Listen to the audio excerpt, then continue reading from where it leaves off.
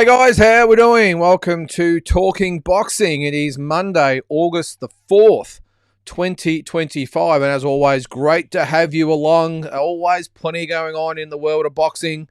Not so much sort of in the ring at the moment. It's been a little bit barren as far as talking topics goes on my morning walks, but you always find something anyway, don't you? But I'm just looking at some of your comments. There's a few in the chat at the moment. We've got Drew Keeley. How are you, Drew? Ryan Gray, old mate Big J, Tony Clifton, Tom's dad Naz, Frankie D. How are you guys? Great to have you all along for this episode. And if you're new to the show, or you're listening, well, not so much if you're listening on Spotify, it's too late for you, unfortunately. But if you are watching live, then you determine the course of the show. Put your comments in the comment section there, and you direct, or you decide which direction the show goes. So, and again, thanks to everyone that also listens on Spotify. It's great to have you listening after the fact. We probably get about 50 a day or something. Oh, not a day, sorry, a week. Listen to this show, and also of a day, we probably get about sort of 40 odd or something that listen on Spotify to Walking Boxing. So it's always great to have you all along. All right, let's get into it. We're going to start with Ryan Gray. How are you there, Ryan? What have you got there, mate? Hope you're well. Yep, thanks, mate. Just wanted your thoughts on WA boy Alex Winwood. Do you believe he's as good as they're predicting? Well trained, obviously. Cheers. Just excuse me there. Yeah, look, unfortunately, Alex is on a little bit of a hiatus at the moment. He did split from Angelo Hyder and Tony Tolge. I'm not quite sure the exact reason. I have spoken to Tony and Angelo, but look, to be honest with you, I didn't really go into it. All Tony said was, well, no, he's moved on, which is a little bit of a shame because he can fight. He obviously had that unsuccessful world title fight. Was it last year at some stage? But at that weight, there should be plenty of opportunities for him. And he's a great guy. I had the pleasure of spending about a week with him, I think it was, when we were in Stockton for Jason's fight with, who was it, Astrolabio back in 2023. And he was there with his partner. And, yeah, a really good guy, really down to earth too. He's got some really interesting outlooks on life and just a really good guy, and he can fight. I watched him in the gym that week working on some stuff with Angelo Hyder, and let's hope he gets back because he's got a lot to offer. And as I said, at that weight, he should have another opportunity coming up. But I don't know what's happened to him as far as being with the Dragonfire team. I'm not going to guess on what actually happened, but there's always two sides of the story. But at the end of the day, he's not with Dragonfire Boxing anymore. And is he as good as they're predicting? Well, I think eventually, Ryan. Again, it depends. I don't know why he would leave Angelo Hyder. Again, I know he's got his own reasons, but for me, Angelo's the best trainer in Australia, so I'm not quite sure why he would leave the best trainer in Australia. But anyway, as I said, he's got his own reasons, but hopefully he's back. All right, Tom's dad, Naz, where are you there, mate? All right, evening all. What's the chances Sam Goodman has signed with Queensberry? Good question, Naz. It's not like No Limit to be this quiet about one of their fighters getting a world title shot. It doesn't make sense though, Naz. This is the thing, and I've spoken about this myself, and I've thought about it a lot to myself. What is going on with the lack of exposure or the lack of, I suppose, recognition even from No Limit for Sam Goodman? I'm not sure whether they've actually mentioned it or George Rose has even mentioned the fight, or there's been nothing on their social media, as far as I know anyway. But it doesn't make sense though, Naz, because I would have thought that Queensberry wouldn't be interested in someone like a Sam Goodman unless he won the fight. Now, maybe... do they take care of Nick Ball? I'm not quite sure. If they do, maybe there's been a condition of getting the fight with Nick Ball where he's had to have signed with an option, or they sign it. They've got an option on him. But then again, if you sign with No Limit, that would sort of dilute that. Maybe I'm just spitballing here. The only thing I can think of, Naz, if Nick Ball is with Queensberry, maybe what's happened is that they've said, all right, we'll give Sam Goodman a shot at the belt, but he must sign an option with us if he wins. No Limit have said, well, no, he's with us, so he can't do that. Maybe there's been a bit of back and forth about that, and No Limit have said, all right, you go do what you got to do, but we're going to be finished with you. Who knows? I'm just guessing, by the way, but it just does not seem like No Limit to not be really pushing this fight. Because I would have assumed as well, it is on pay-per-view.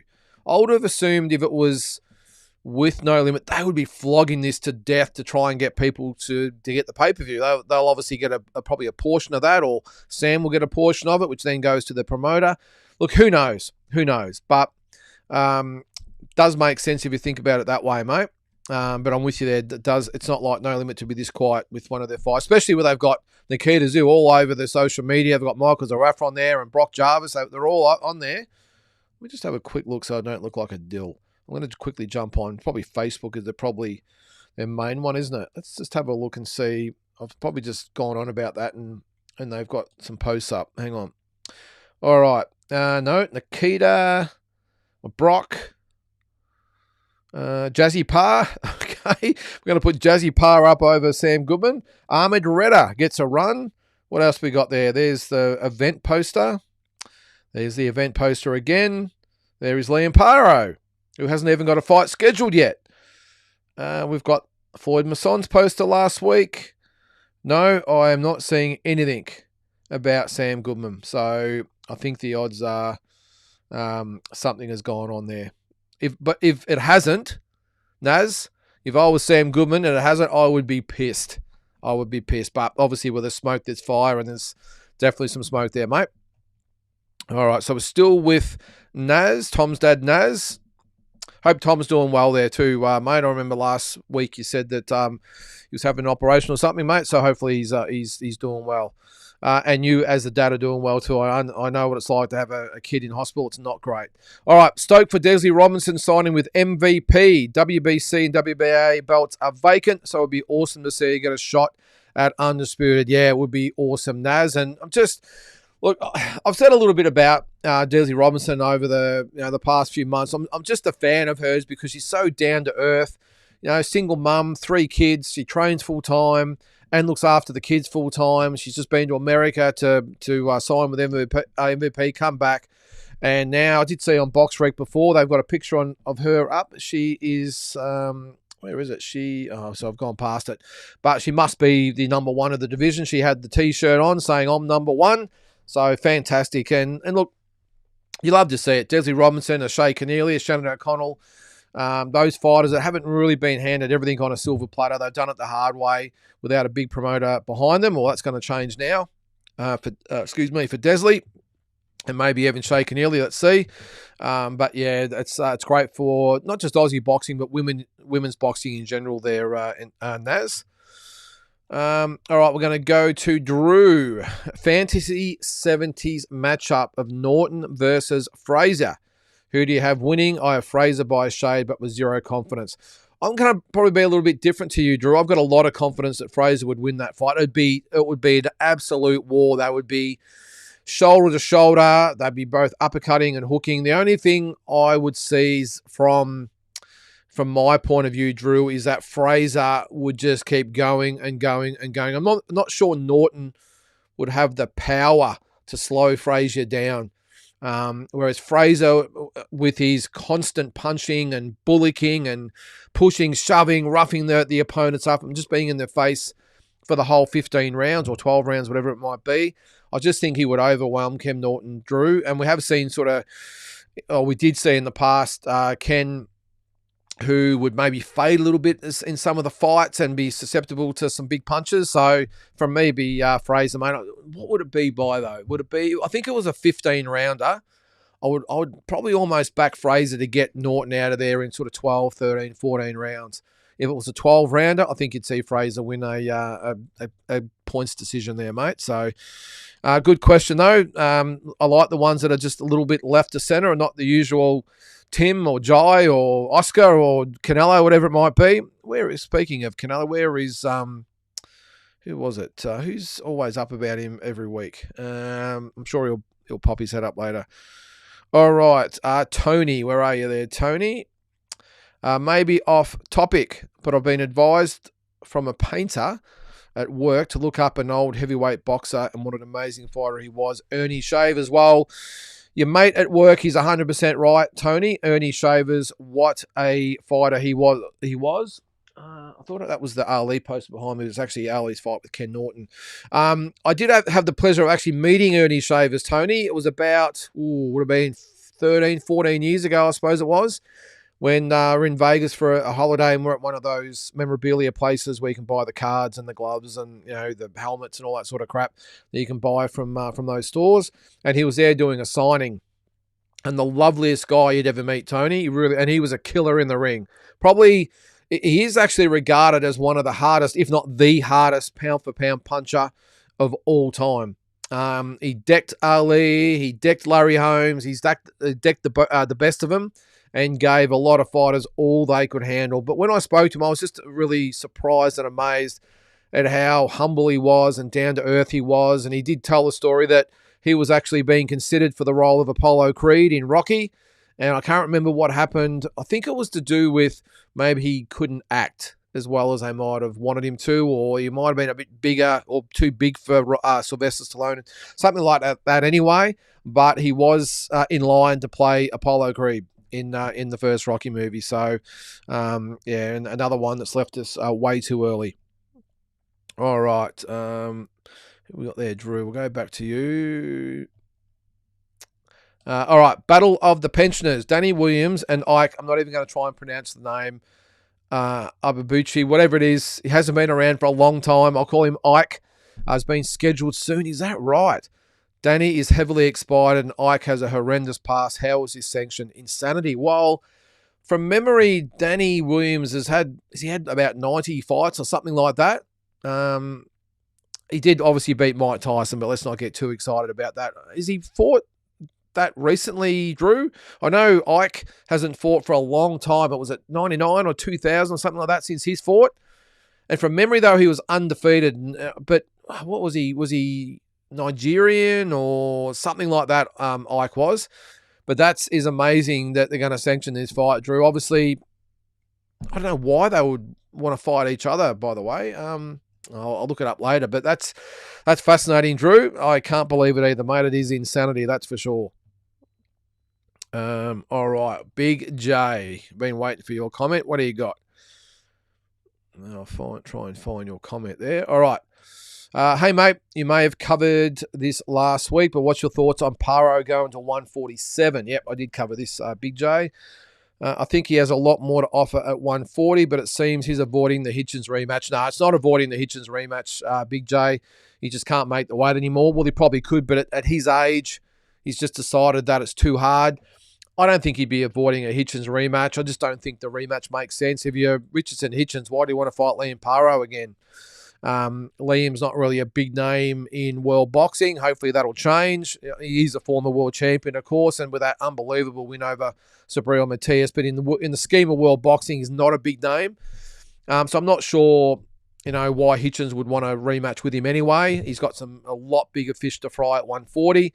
I just think it comes down to, at his age, Big J, and we've seen it with a lot of fighters in the past, at a real top level, the Pacquiaos, Mayweathers, De La Hoyas, I suppose. Canelo as well have all gone up to a higher weight, probably a division above where they could actually make if they really killed themselves. But as you get on, Liam's 29. Normally, the others have probably been in their 30s before they've gone to that level. But I don't mind that he's 29 years of age. He's been at that weight for 10 years. So just as you get older, as you know, and I know full well, as you get older, it gets a little bit harder to keep the weight off. So I don't mind. I think at this level or stage of your career, it just comes down to more focusing on getting your body right, tweaking your technique, making sure you're good in the ring, and not worrying about killing yourself to make the weight. We know Liam can fight. We know he's at the level. I just think that he's decided, you know what, I'm going to take this out of the equation as I enter the twilight years of my career, which he might only have 4 or 5 years left. So he's probably thought to himself, like those other guys, I'm going to just take that out of the equation. I back my my technique, my skill, my IQ, all that sort of stuff at the higher level, and I'm going to forego killing myself at 140 and concentrate on the important things to make sure that I can compete at the level. And to be honest with you, Big Joe, he might be a little bit like Tim Tszyu, maybe going to 160, maybe just after another challenge. Because when you think about it, I'm not sure Matias is that concerned about fighting him again. I don't definitely think don't think Hitchens is that interested in fighting him again. Teofimo Lopez is not going to want to fight Liam Paro. It's not a big enough fight. He only wants those big fights. He only fights once a year, so it has to count. Excuse me. But at 147, what do you got? I mean, I'll just have a quick look at the 147s. You've obviously got, Ennis is about to move up, so that belt's going to be vacant. Some beatable champions there. I mean, you got Ramiro. I think Liam would definitely back himself to beat Ramiro. You've got the IBF belt is vacant. WBC is Barrios. That's depends on what's going to happen with Pacquiao there. And then you got Norman. I doubt he probably gets a Norman fight, but I wouldn't be surprised if he got a fight either whoever wins the IBF belt or maybe even Rolly Ramiro or someone like that. But I definitely don't think it's to avoid the Hitchens rematch, mate. I don't think Liam's the type of guy that would be avoiding fighters. He wants the best. I think it's the other way around. I think it's just Hitchens saying, not interested. So, all right, we'll move on. Drew, what's that one there? I'm just sort of looking at the early comments as I always do because I always get mixed up. All right, Drew, something I haven't really thought of until now. Where does Canelo go or what fight does he take from a promotional standpoint if he loses to Crawford? A lot on the line for Big Red. Yes, well, it's interesting, Drew, because if you watched Walking Boxing this morning, I sort of covered the heavyweights and what happens if Alexander Usyk suddenly retires, which has been discussed. What happens to the rest of the division? Well, you probably said the same thing from a super middleweight point of view with Canelo. As far as him losing to Crawford, I think the one thing that will happen straight away, there'll be a rematch, Drew. 100%. I'm sure there's a rematch clause in there anyway. Canelo's going to want it, and to be honest with you, Crawford's going to want it. What's another 50 million between friends? He probably gets more if he beats Canelo. I don't know what they're getting paid, by the way. I'm just sort of guessing, but let's just say it's 50. It could even be more. I don't know, but let's just say it's 50 for Crawford and I don't know 75 for Canelo or something like, or more. You would think that will be reversed and Crawford would get the lion's share of the money, but a lot on the line for him, mate. And if he can't get over Crawford a second time, I would think that would be almost curtains for Canelo. But definitely a rematch if he doesn't get over the line, mate. That's for sure. All right, OG, where are you there, mate? All right. Good thing. Thank you, OG.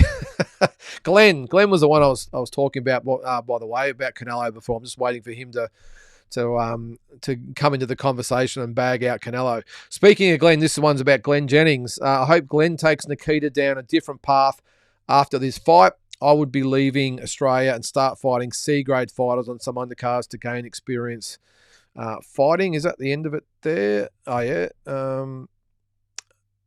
That's the other part of it, and go overseas and fight in different styles.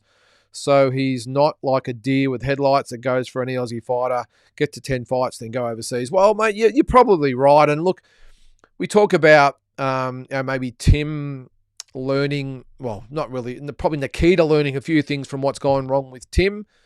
And I would think that the whole team would have learned what's gone wrong with Tim. And maybe Glenn's one of those guys who said, look, yeah, okay, in hindsight, I, for one, I've been really vocal about this. I don't hold Glenn Jennings responsible at all for what's happened to Tim. I think, it's just my opinion. I know there's a lot of people that disagree.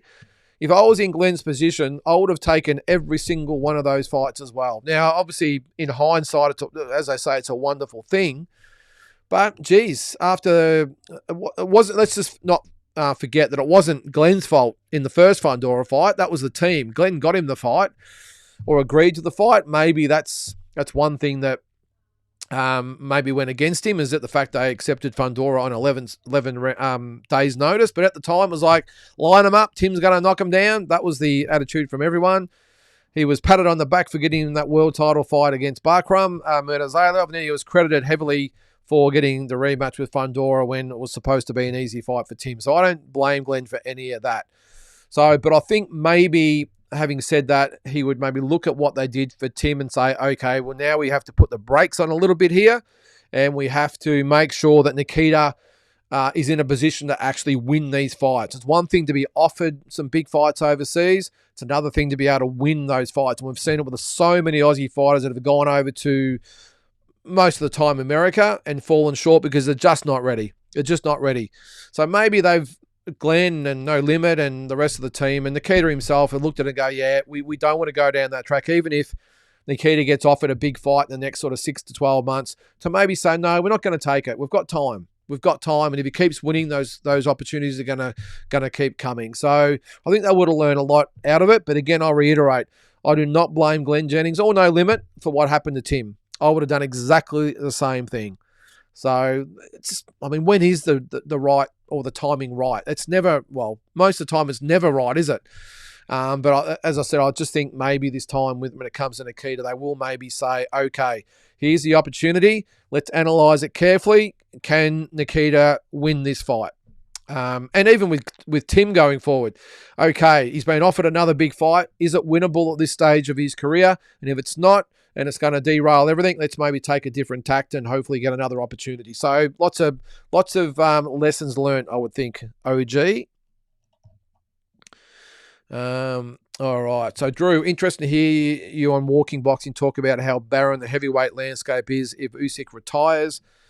If Opetaia gets fed up waiting for Zerdo, there could be real opportunities as a heavyweight. Well, Drew, yeah, look, I didn't actually mention Jai in the heavyweights. And if you didn't watch, the episode was about, because Usyk's promoter, ex-promoter now, has come out and said that he wouldn't be surprised if Alexander Usyk doesn't ever fight again in the boxing ring. Who knows what that means, go into the octagon or whatever it might be. I don't think that's the case, but he did say he wouldn't be surprised. And my sort of question is what happens to the heavyweight division if Alexander Usyk does retire? And it wasn't that inspiring, if you ask me. There's probably some of you out there that look at the ratings there and go, wow, no, heavyweight division's in good hands. I just don't think so. I just don't see that potential superstar. Still some really good fighters there. Some really good fights that can be made. I'm just not excited about what's coming through. But I didn't mention Jai. So I'm with you there, Drew. If Usyk did retire, maybe that would be the prompt for Jai to say, you know what, screw this cruiserweight shit. They're all got their heads up their ass. No one wants to fight. No one's serious. So I'm going to go to heavyweight maybe a year early. I think that's what might happen because there's going to be opportunities everywhere, Drew. And I don't know how it works if there was a vacant belt at heavyweight, if they're all vacated, Jai being the IBF champion. I know some of the organisations say if you do move up, you get a crack straight away at that belt. Correct me if I'm wrong. But who knows? Maybe if Jai said, right, to the IBF, I'm going to vacate the belt. I want to go up and put my hat in the ring to fight for the vacant IBF belt, which is, well, geez, number one is not rated, but then it's Derek Chisora and Efe Ajagba.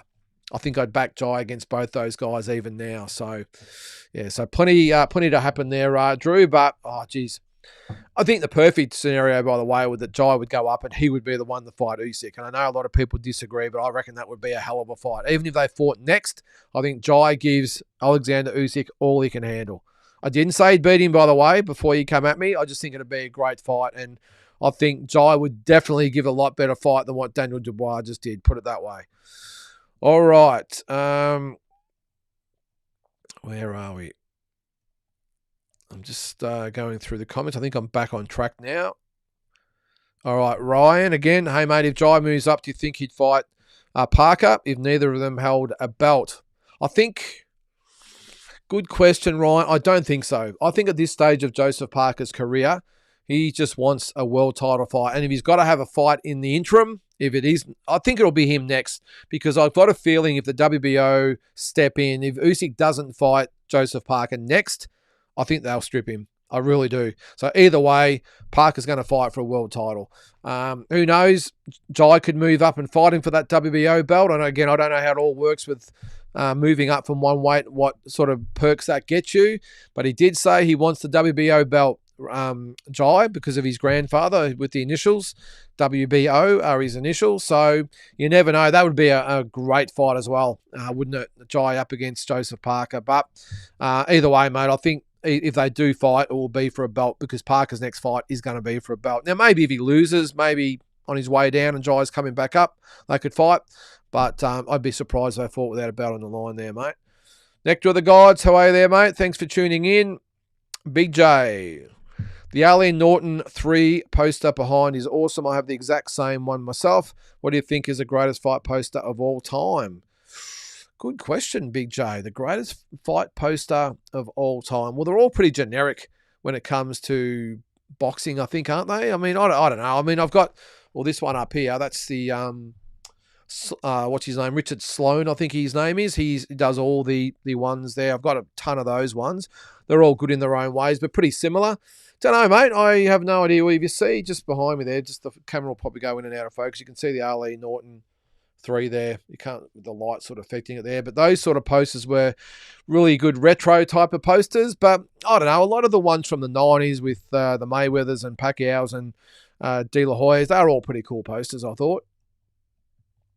Yours is Lewis Tyson for creativity.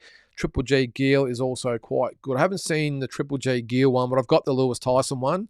Was it Lewis Tyson is on? So it's taken the IS from Lewis and the ON from Tyson is on. Yeah, it's okay. I'm just trying to think. Yeah, no, none that really jump out at me, if I'm being honest, Big J. All right, Asbot.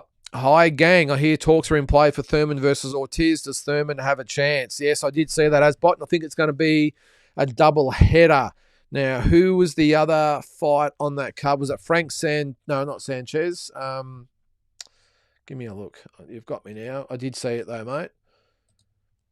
I'll just quickly go. So it's going to be November, I think. It was going to be Arnold Barboza and Martin. Frank Martin? Yeah, the Ghost, yes. Frank Martin. So that was going to be on the undercard with Ortiz and Thurman. I don't think Thurman can win Asbot, if I'm being honest, mate. No, I don't think he beats Virgil Ortiz. I think we're just getting a little bit carried away with how good Thurman looked against Brock Jarvis. Now, with all due respect to Brock, let's just get it out there that Brock's not exactly, a Virgil Ortiz, put it that way. So, or a world-class fighter, just in my opinion. He's a battler. He always turns up. He has a go. But I think the Thurman fight sort of showed how far away from the mark that sort of Brock is at that weight anyway. Virgil Ortiz is a completely different beast, mate. And I think, it's easy. Someone like a Keith Thurman's going to look great if you put him in there with someone that's about 3 levels below them. Of course they are. Anyone's going to look great. But when you put him in there with someone of, Ortiz's stature and where he's in world boxing at the moment, it's a whole new, different kettle of fish. And I'm not sure whether Thurman's, with the reflexes and the stamina and the legs, all that sort of stuff, is going to be enough to stand up to Ortiz. He might confuse Ortiz for 4 or 5 rounds, but I think Virgil Ortiz wins that fight quite comfortably there, mate. All right. Julian. Jai is focused on cruiserweight belts. No need to step up to heavyweight. Patience is the key. Julian, I sort of agree, but I don't. It's okay to want the cruiserweight belts, but I mean, it's really just an ego thing, isn't it? I mean, you want the belts and that's great. But if the other champions aren't interested in fighting you and you've got to wait a year to 2 years to try and clean up the division, I mean, that's a lot of potential big paydays that you're going to miss out on, especially if they keep continuing to stuff you around like they seem to at the moment. Zerto doesn't seem interested. Badu Jack doesn't seem interested. So you got to wonder how long is it going to take for them to get in the ring. And the paydays at heavyweight are a lot more juicier than what they are at cruiserweight, even if it was a Zerto or Badu Jack. So, and what is Jai? Is he 30 now? He's pushing 30. I don't agree that patience is the key, mate. If he was 26, 27, I would agree. But if he's around 30 years of age, I'm saying, hey, if I can't clean up the cruiserweight division I can't get one of those big fights signed within the next sort of 6 to 12 months, I'm out of here. I'm going to heavyweight. And if Zerto Ramirez, maybe the injury is prolonged and maybe he doesn't know when he's going to fight, and does maybe look at a Jake Paul fight or a Benavides fight or something like that, and Badu Jack continues his inactivity and what he's up to, if I was drivers saying, nah, I'm out of here. I get what you're saying there, Julian, but I don't think Jai at this stage of his career needs the patience. We're not talking about waiting for David Benavides or someone, or a Dimitri Bivol, one of those guys. Badu Jack, even Zerto, I don't know. I don't reckon they're that high on the food chain. But anyway. Drew, I should be across this, but is Nikita trained by his uncle Igor just like Tim? Yeah, mate. Yep, exactly the same team as Tim. Richard, how are you there, mate? I want to see Floyd Masson versus David Nyika. I'm with you there, Richard. I think that'd be a great fight. I was really impressed with Floyd Masson last week. I know he didn't have much to beat. I get that. But I just thought he looked, maybe it's been a while since I've seen him. I actually thought he looked in really good condition. I thought his style had been cleaned up a little bit. I'm not sure. Actually, he has got a new trainer, hasn't he? Blair Studley's his new trainer. I think he's new. As far as I know, I actually thought that Floyd looked in better condition than normal. He just looked a little bit more ripped, a bit tight, more tighter. And I thought his style, he wasn't as maybe reckless as he normally is. I know with John Parker, he didn't have a lot to beat, so probably a little bit like Thurman and Jarvis. You can look as good as you want when you haven't got much coming back at you. But yeah, I liked the look of Floyd Masson. And I've been pushing for the fight with Jai. I think if Jai is looking for a big domestic fight, well, why not come back to Australia? I think Jai wins the fight, but I think Floyd Masson would give him give him a good tough fight. David Nyika, that's probably the next best one. Richard, I'm with you. I think, who would win that one? I almost have my money on Floyd Masson. David Nyika is a really, really good young fighter, but yeah, I don't know. It'd be a 50-50 fight anyway, but yeah, a great fight there. Richard, I'm with you. All right, Shadow Boxer. Anyone know when Dylan Biggs is fighting again in the WBC Grand Prix? He's looking good. Yeah, I'm not sure when that is, Shadow Boxer, because it was only a month or so ago that he won over there. It's normally about every 4 months, isn't it? So you'd probably think sort of October, November, I would probably think.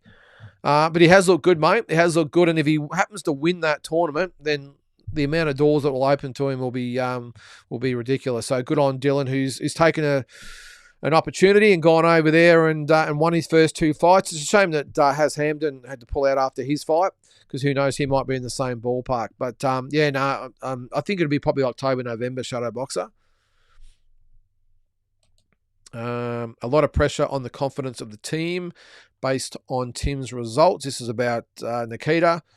Uncle might be under some pressure. Yeah, well, look, I've said, Drew, that just in my opinion, I think that Uncle Igor should step aside. I don't think that... Look, I think Tim would be extremely loyal, just like Nikita would be. And I can understand how difficult it would be for Tim and Nikita, if that's the case, to step away from Uncle Igor. I mean, they're family, very close family as well. It would be extremely tough. It just, again, in my opinion, I just think Uncle Igor should probably do, in my opinion, the right thing and say, look, Tim, I've taken you as far as I possibly can. I've given it everything. I think everyone would be really supportive of that. But I think you need to move on to a more well-renowned trainer. Because let's not forget, Uncle Igor, he was in the corner from all accounts with Tszyu, but he wasn't the trainer. And there's a massive difference between just being in the corner and being around it, maybe doing some pad work and all that sort of stuff, to them being the head trainer. Massive difference. So there's nothing wrong with it either, by the way, guys. I mean, but I just, with what Igor's done, but I just think he should make the job easier on Tim and say, Tim, I love you, mate. This is the right thing for your career. I'm going to step away for the good of you and your career. So there you go. Go off and just make it easy on Tim. Imagine what would be going through Tim's mind. Even if he thought the right thing to do was to move on, how could you do it? I mean, put yourself in his position. A really, really close family member. And you got to say, hey, look, you're fired.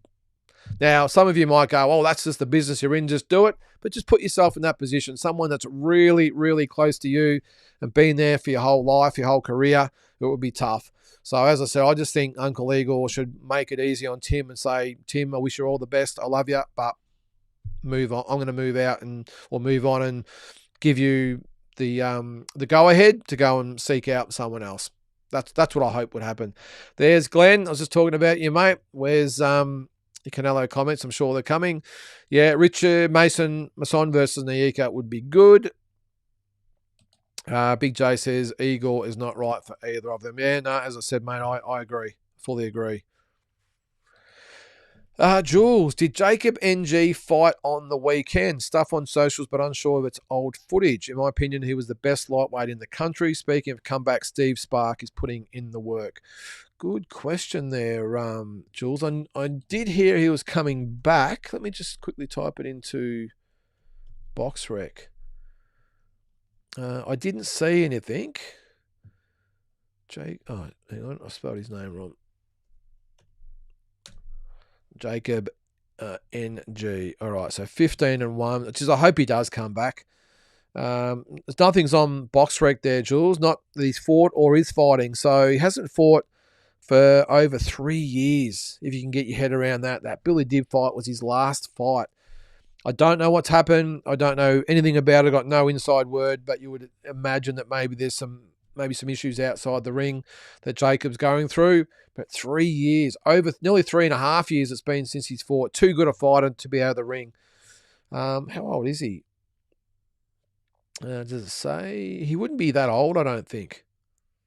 No, it doesn't say on his BoxRec anyway. But yeah, let's hope he comes back, Jules. But I don't know. And Stevie Spark, yep, I have seen that he's back. So let's hope he's back amongst it really soon, both those guys. Any news on my favourite Australian boxer, John Mannu? Well, yes, there is news. Tony is now ranked where is it? He's now world ranked. He is number 13 with the IBF now, Tony. So technically, he's now in the mix to fight Richardson Hitchens if he wanted a voluntary defence. So there you go. But as far as actual fights go, no, I haven't heard anything there, mate. Let me just quickly... I'll just quickly type in his name and see whether anything's actually in the works for John Mannu, the Beast. Oh, yeah, there you go. He is fighting on the 9th of August. There you go. So, geez, Melbourne Pavilion. All right, there you go. I'll just bring up the fight night there. So the Melbourne Pavilion. So if you're in Melbourne, get along and see John the Beast Mannu. The guy's fighting is 16-0. I don't know why this isn't loading. All right, there you go. So John, 15-1-1.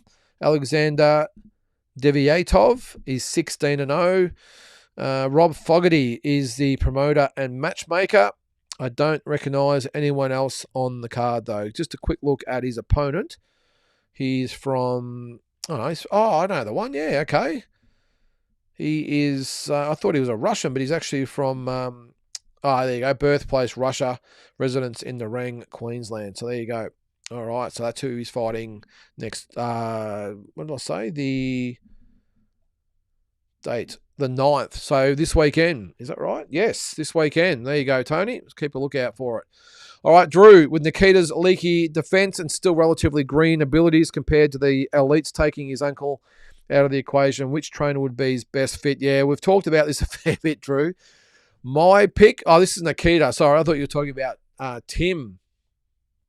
Don't know.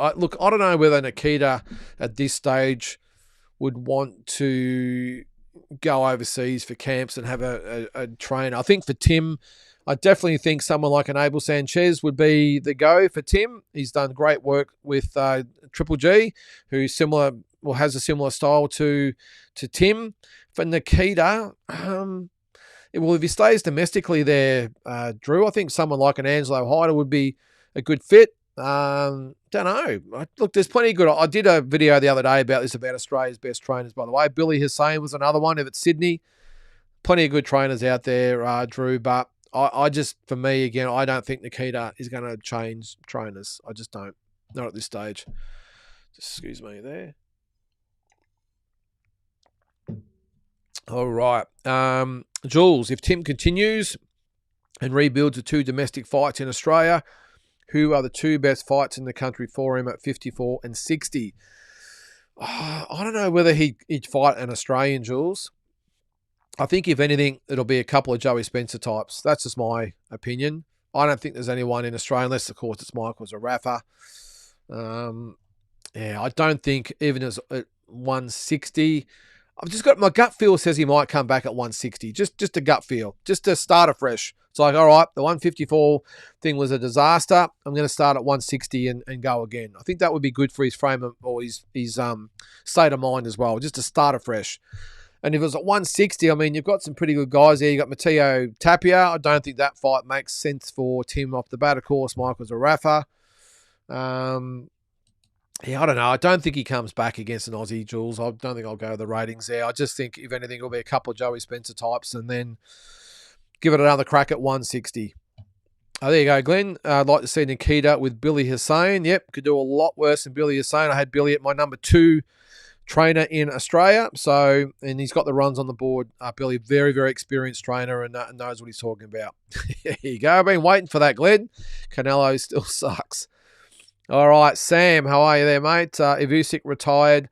What's for Parker and Jai?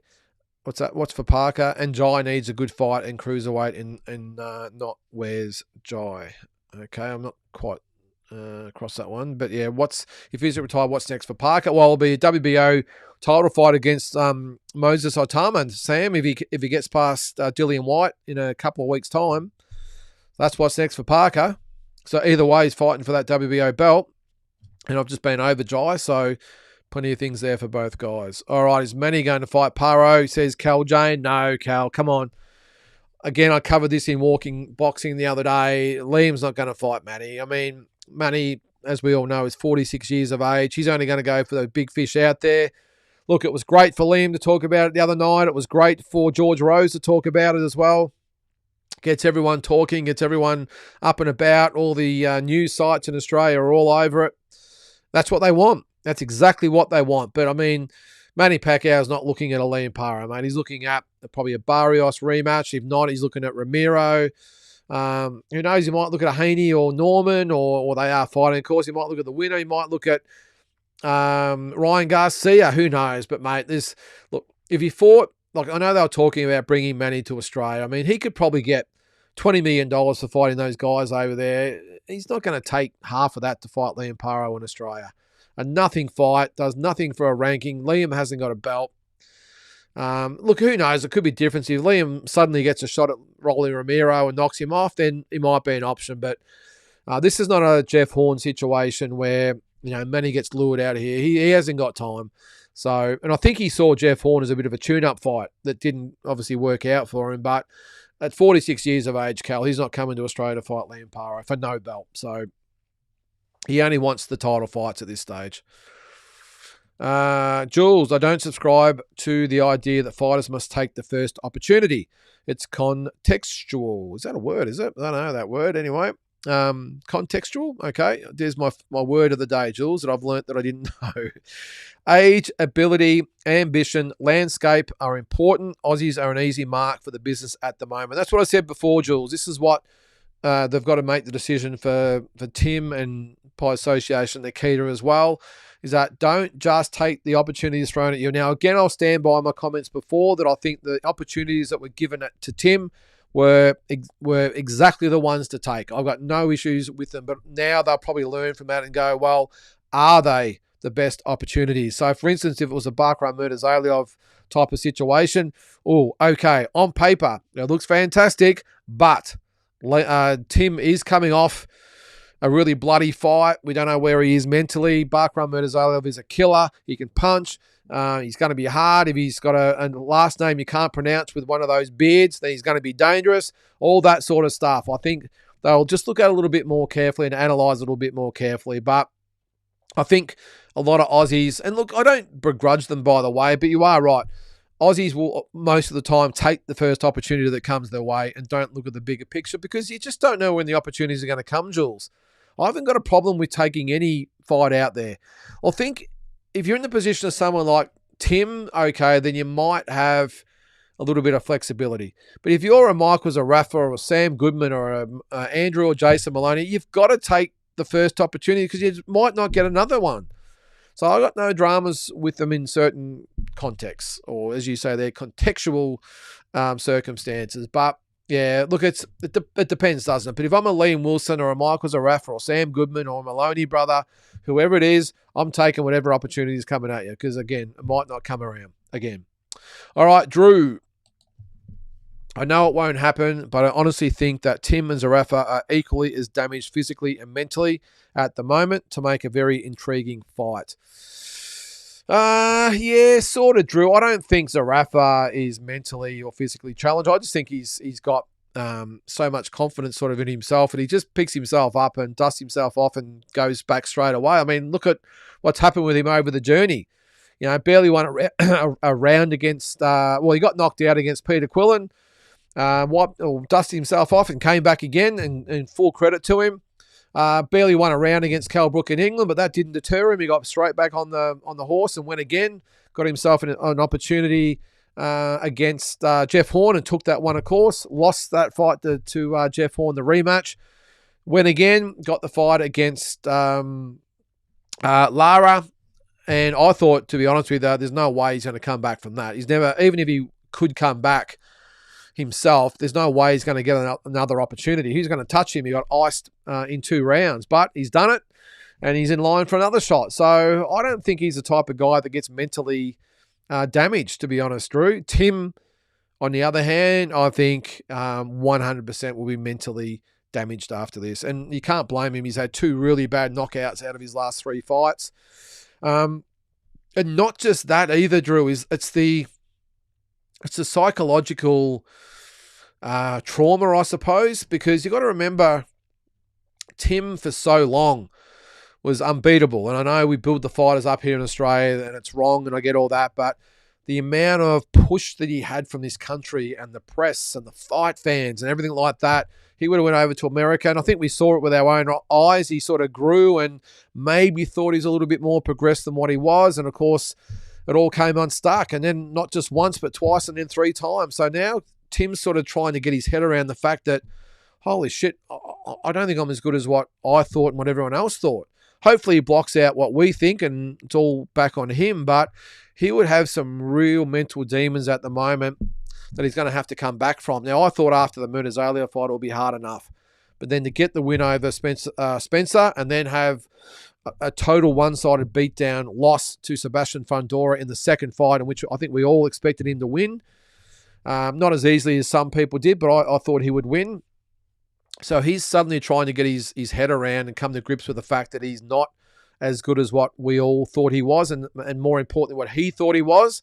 So that's why I think it's going to be really hard for him to come back, because he is physically, not so much physically, or maybe physically, he's taken a lot of big shots and been knocked down and knocked out by Murtazalia. So I think that's his biggest challenge. But I don't think Zarafa is really stressed at all, Drew. I think he's got that much confidence in himself. And he hasn't, even the Lara fight, even though he was knocked out in the second round, it was one of those cold knockouts. It wasn't like Tim, where he took a lot of punishment, was knocked down multiple times and was really battered. It was just a one-punch knockout that ended it. And those types of knockouts are actually surprisingly quite easy to come back from. Not so much a Ricky Hatton type of one, but the type that Michael got knocked out with, it's just one of those ones, and I don't think he would have been damaged physically at all. So I think they do differ a little bit there, Drew. I think Tim 100%, but I don't think Michael Zarafa's got too many mental or physical problems. If it's for a world title, you have to take the opportunity, Jules. You might never get one again, says Glenn. Yep. How do you rate Moloney's chances against Cortes, says Ado? I'll give him a big chance, Ado. Look, I think the only thing that does worry me a little bit is the fact it's in Mexico. I mean, it's like if any fighter comes to Australia, it's very, very difficult to win in someone else's country, especially in Mexico. I'm not sure how many people they'll have there, but you can be guaranteed that 99.9% of them will be against him and they'll be chanting for Cortes. So that's the only thing that sort of worries me there, mate. But as far as just fighter to fighter, I think he has a great chance. And I think Andrew's sort of recovered. We just spoke then about the physical and mental issues or the damage that happens. And Andrew Moloney had that against Nakatani. But I just think his last couple of fights, he's been okay. He obviously lost that decision last year in Perth. That would have been more mentally challenging for him rather than physically. But I think he looks in really good nick. I have spoken to him a couple of times this year as well. And he's in a good place. So I think he's a great chance to beat him 8-0. But again, the only thing that sort of worries me is the fact that it's in Mexico.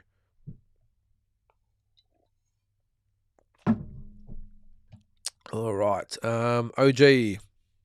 So basically, I mean, if they are good enough to make it to the top 5 in all bodies, so this is the Aussies you're talking about, they have that experience to fall on rather than fighting no-name Aussies to 20-plus fights, then go to America and, hang on, where's the rest? And flogged fighting in Australia isn't going to help your career get to 10 fights, then go. Hang on, just read that again. So basically, I mean, if they're good enough to make it to the top 5 in all bodies, they have that experience to fall on rather than fighting no-name Aussie. Look, there has to be a mix, OG. That's probably the one thing I would say. And look, they probably did that really well with Tim coming up.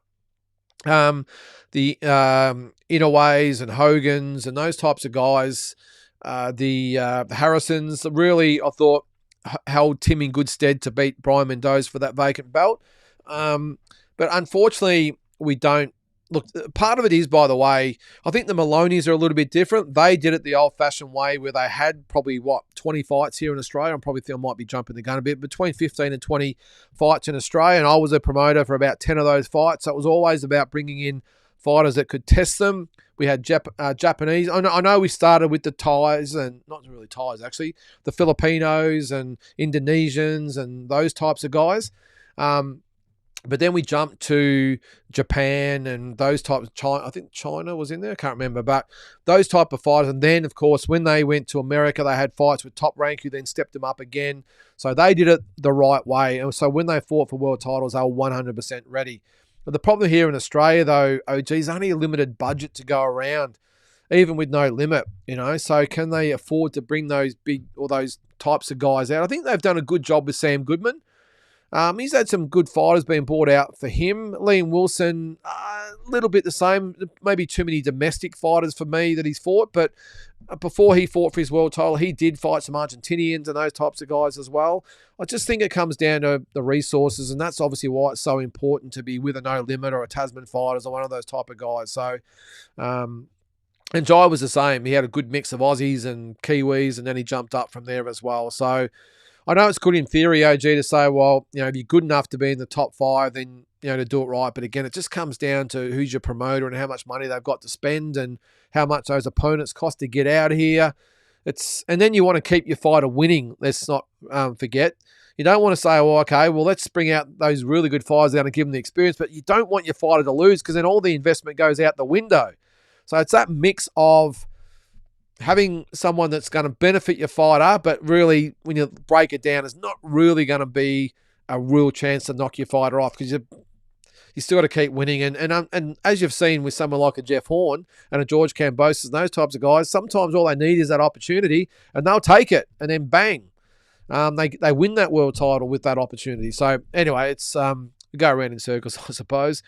What have we got here? PVT ACC. I'm going to call you ACC there, mate. Questions I have with UBO. So the TKO Boxing becoming a reality.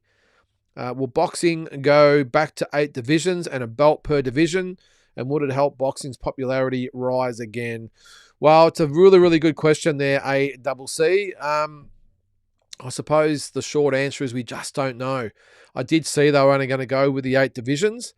But this whole changing of the Muhammad Ali Act to suit them to have more control, that's got to be a bit of a red flag, especially when you've got all the other promoters out there, the established promoters all saying, no, we're happy with, and the fighters all saying they're happy with the Muhammad Ali Act. And the first thing that TKO Boxing want to do is come in and strip it down and give them more control over the fighters. As I said, that is a red flag. But I did see, as I said, they were looking to go to 8 divisions, 1 belt per division. Hey, it's all great. The problem is, though, ACC, is that if they do this, which is great in isolation, but the problem is they're still going to have 4, 5, 6 other belts out there alongside their belts. So really all they're doing is muddying the waters even further. That's my issue. Now, if they were formed and Turki Al Sheikh, who's got a lot of power and influence these days, as we know, if he was behind it, well, he's behind it, but if he was really keen or really focused on getting all the sanctioning bodies together and forming one organisation or whatever it might be, you'd probably have a bit more cred. But all this is doing is adding yet another belt to the mix. So I just don't see how it benefits boxing. I really don't. We're still going to have Oscar. We're still going to have Eddie. We're still going to have Frank. We're still going to have Top Rank. Maybe not so much Bob, but we're going to have Top Rank. If they're not part of this, well, what's the use of it? I don't understand it. So by all accounts, well, can you really see Eddie Hearn or Oscar De La Hoya or Bob Arum saying, we're in, we're working with TKO, and not going to happen. So this is where I don't think it works, because this is not the UFC where it was an untapped industry. This is an established sport and business with established players who aren't just going to step aside. So if anything, I just see this as making boxing even more complicated than what it is. And I have said on here before, maybe in the perfect world, what could have happened with Turkey with all his money, maybe had this belt, but what it was a blanket over all the sanctioning bodies, and maybe if you win undisputed, you get that belt. I don't know. There's so many things, but I suppose again, to make a long story short, I think all this is going to do is make it even more complicated than what it is, especially if they don't allow their fighters to venture out of their little compound with what they're doing and fight the other champions and other contenders, because if that happens, it's going to make boxing worse, not better. Glenn disagrees. I think the whole TKO thing is not going to be good for boxing in the long run. Yeah, well, as I just said there, Glenn, that's my reasoning. But again, we don't know exactly what's going to happen. I'm sure, well, I would hope that they would sit down and be having these conversations about, okay, well, how are we going to work in with the sanctioning bodies, with the other sanctioning bodies? How are we going to work in with the other promoters? How are we going to work in with, if we've got a fighter and someone else has got a fighter under contract and we want them to fight, it's the biggest fight in boxing, how are we going to make this work? And from what I've seen so far, it's that TKO is saying, well, we're going to just create our own organisation like the UFC and have it all in-house. Our fighters are only going to fight each other and fight for our belt. I just don't see how it works. But anyway, ACC, and what if the 3 or 4 belt era never existed in boxing history? Imagine how many fights we would have probably never seen. Yeah, but they do exist, though. That's the thing. Probably never have seen. Yeah, I think what you've seen, ACC, is that over the journey, in my opinion, 99 times out of 100, the best fights get made. They always do in one way or another. Now, they might be a little bit late, but that's probably not got nothing to do with the belts and all that sort of stuff. It just comes down to egos and the pandering and money and all this sort of stuff. But most of the times, the fights get made. I think back in history, there's not that many big fights that never got made. I can think of a couple of heavyweight fights at the moment that should have been made. That's obviously Fury and Joshua, and maybe Joshua and Wilder is another one. But apart from that, maybe back in the day, it was maybe Holmes and Thurman. I don't know. But overall, I think eventually those big fights get made. We even saw Leonard Hagler Leonard Hagler 5 years after Leonard had retired. So eventually it happened. 10 years about 8 years after Pacquiao and Mayweather should have fought, they fought. So eventually they get done. So who knows? Lots of what ifs, I suppose. Tony, have you ever met Aussie Joe Bugner? What an interesting fella. Yeah, I met him on the Gold Coast many, many years ago. Tony, probably about 30 years ago, actually, when I was living in lived in Queensland for a year, and I met Aussie Joe Bugner. Great guy. Not sure what he's up to these days, but Sam, with dry situation, people running boxing needs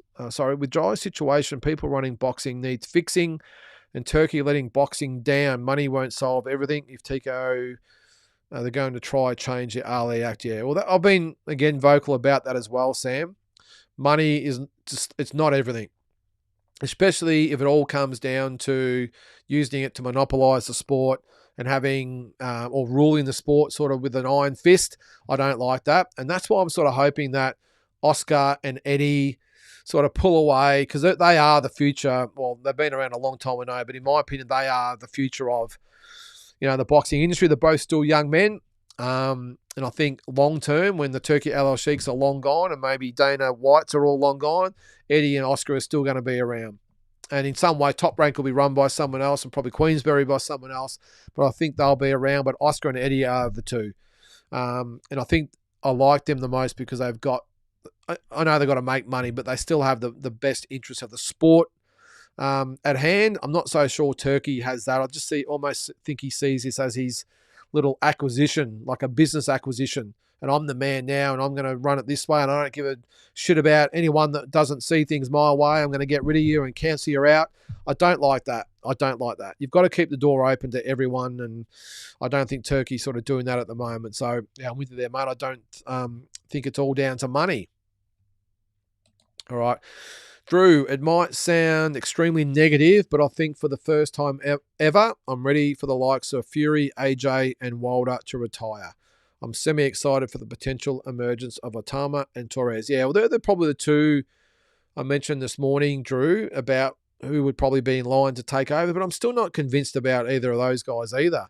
I mean, Otama, I can't believe the talk that Otama was going to be the youngest heavyweight champion of all time. He's going to be better than Mike Tyson. At this stage of his career, well, Mike was probably already world champion, but it ironed out a lot of quality fighters, including Trevor Berbick, to win that belt by now. Otama has literally fought nobody.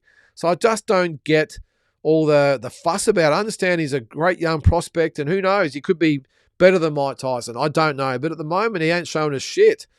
Torres the same. Good young fighter, but so far is completely untested. So I think we've all been burnt enough times over the journey to look at it now and go, okay, until proven otherwise, then we're just going to put a big fat question mark beside these guys until they prove themselves. And Fury, AJ, and even Wilder prove themselves at the level. These guys haven't fought anybody yet, so let's just hold the hold things for now. All right, speaking of Tim, says Shadow Boxer, I saw he went and ran a half marathon on the weekend, 2 weeks after the Fundora fight. Kid's tough, yeah. Yeah, I did see he's back training, Shadow Boxer. And the one thing about Tim, no matter what you look at, I mean, he has got the heart of a lion. And even in these two stoppage losses or knockout loss to Murtazalov, the heart of the guy kept getting up. Don't come at me with his quit in his corner. You've heard my opinion about that. He retired. He didn't quit. There's a difference. But, yeah, he has got the heart of a lion, Shadow Boxer, so it didn't surprise me. All right, so William agrees with Drew about the two heavyweights, Otama and Torres.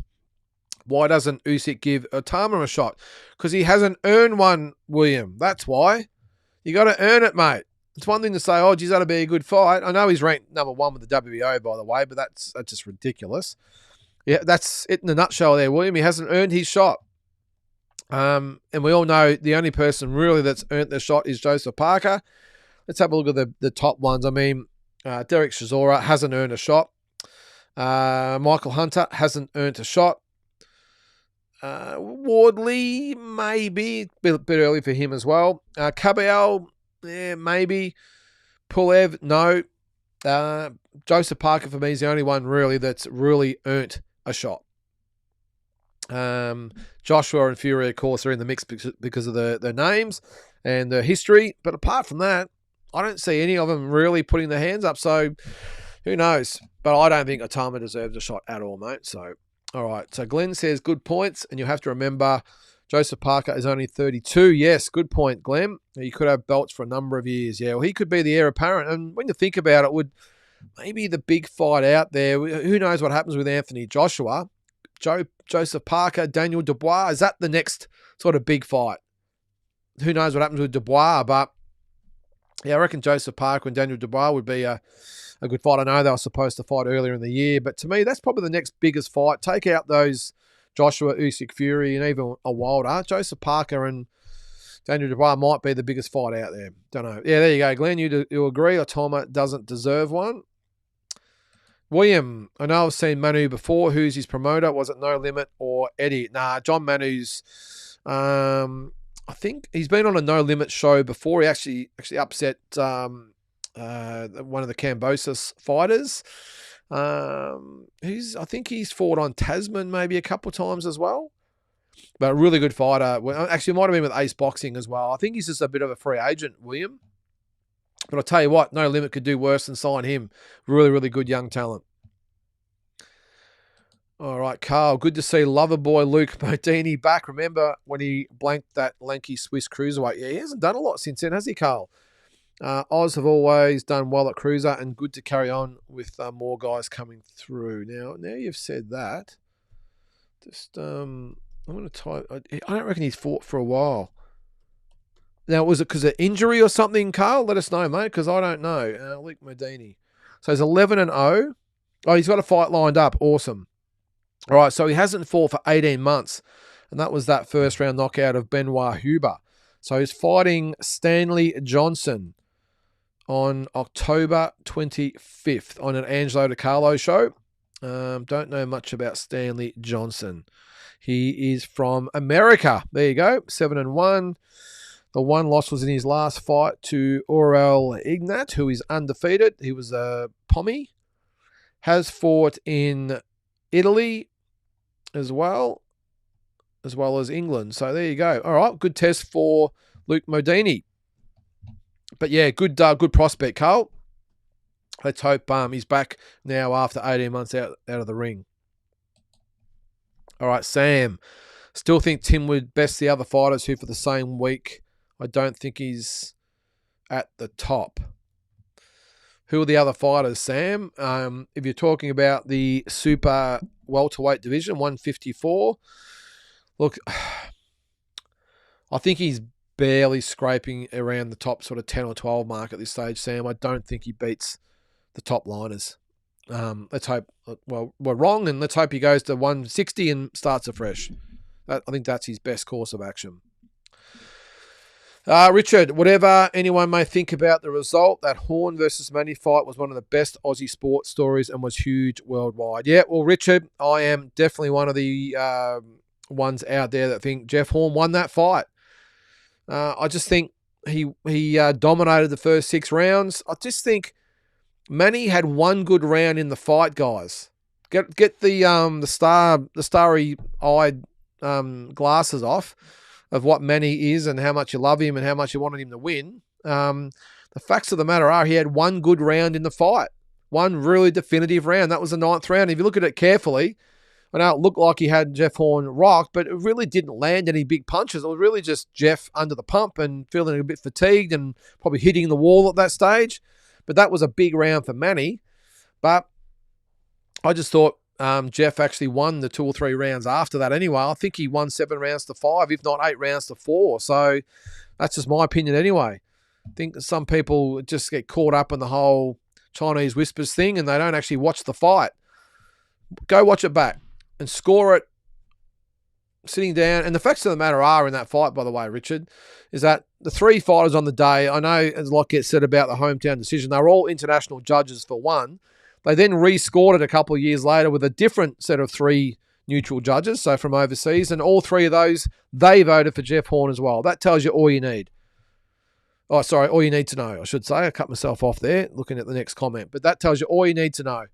So 6 independent international judges, world-renowned judges, thought that Jeff Horn beat Manny Pacquiao. So again, it tells you all you need to know. Anyway, we won't get into an argument about that.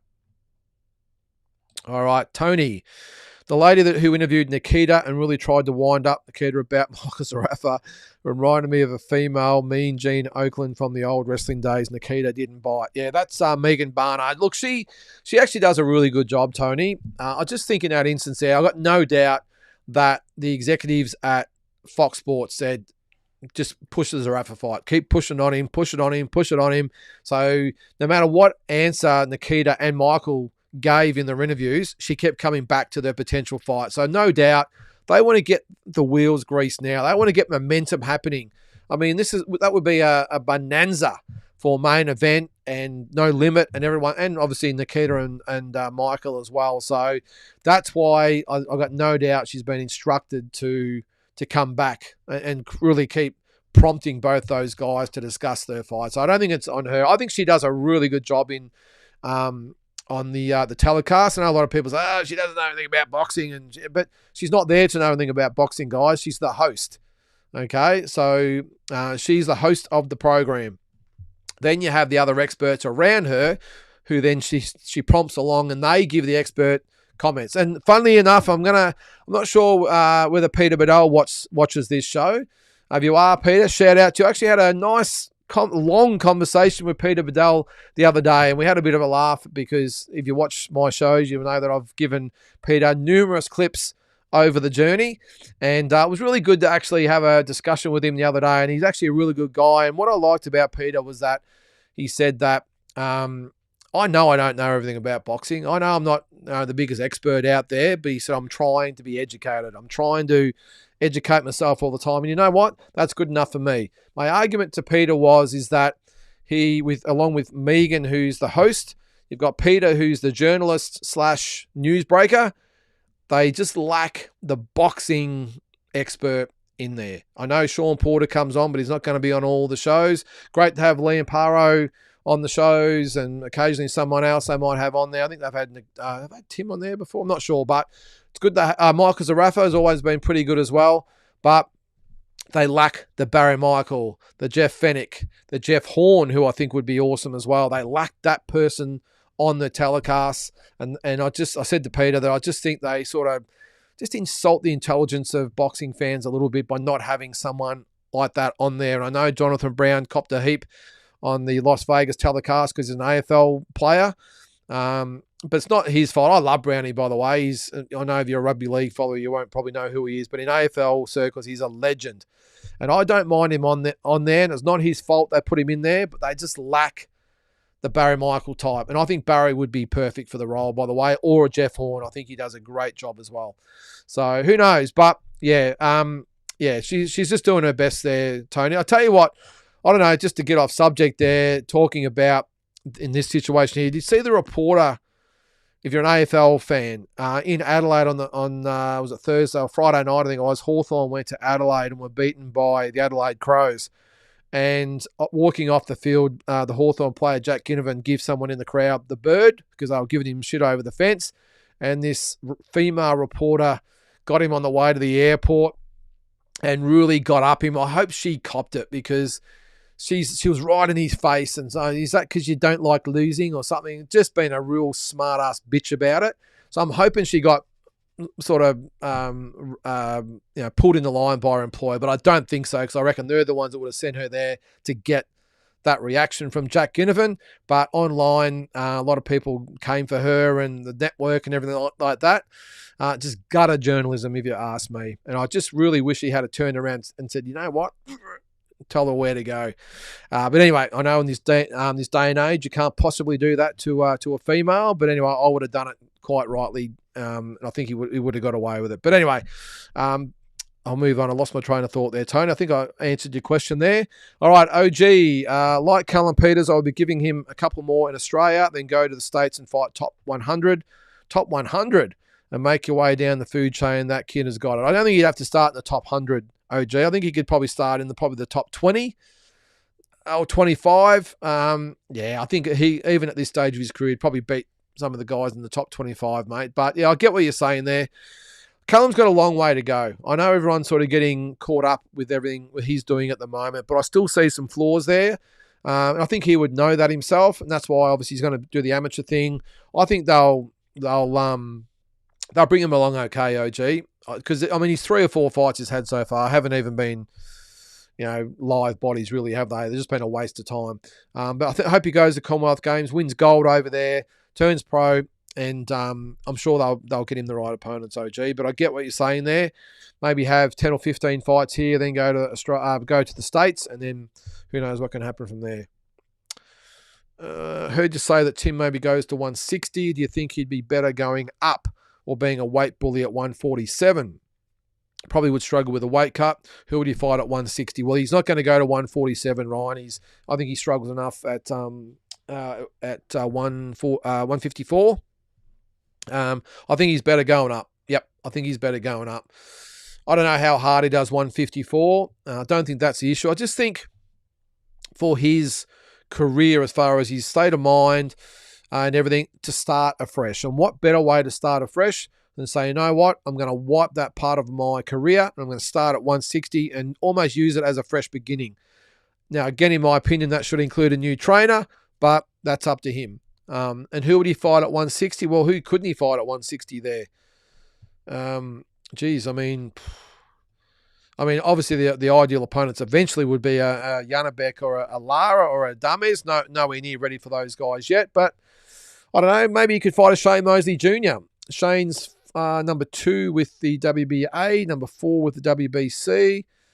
And I think that's it at the moment. But that's a very, very winnable fight for Tim. It really would be. Now, Shane, he fought on the Horn Pacquiao undercard back on the day, and he lost to an Aussie. And I can't remember the name of the Aussie, but I'm going to look him up right now. hang on, Shane Mosley. I've got senior there. Where's junior?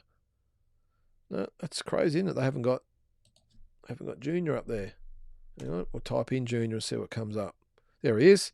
So Shane is 22-4. Now, the fighter he lost to was David Toussaint was his name, who was 10-0. David was a really good prospect, by the way. I'm going to quickly bring his record up, but he's 22-4. Very, very winnable fight for Tim. So that would be someone I would definitely have no problem putting him in there with Ryan, and he would straight away get a world title ranking or world ranking at two organisations. So I'll come back to that because the internet's not really good. So that's who I would suggest he'd fight, Ryan. All right, Drew, I would love to see the Aussie press and media jump on the Giant bandwagon, but I get the feeling they will all be sniffing Nikita's underpants next and have Nikita as their prime media darling next year. Well, that's a given, Drew. Not big enough for 160. Yeah, well, he hasn't got a lot of options, unfortunately, Glenn. I don't think Michael Zarafa's a big 160 either, but yeah, look, I think it's either that or nothing, Glenn. I think it's pretty obvious that at 154, he's just not good enough for those top guys.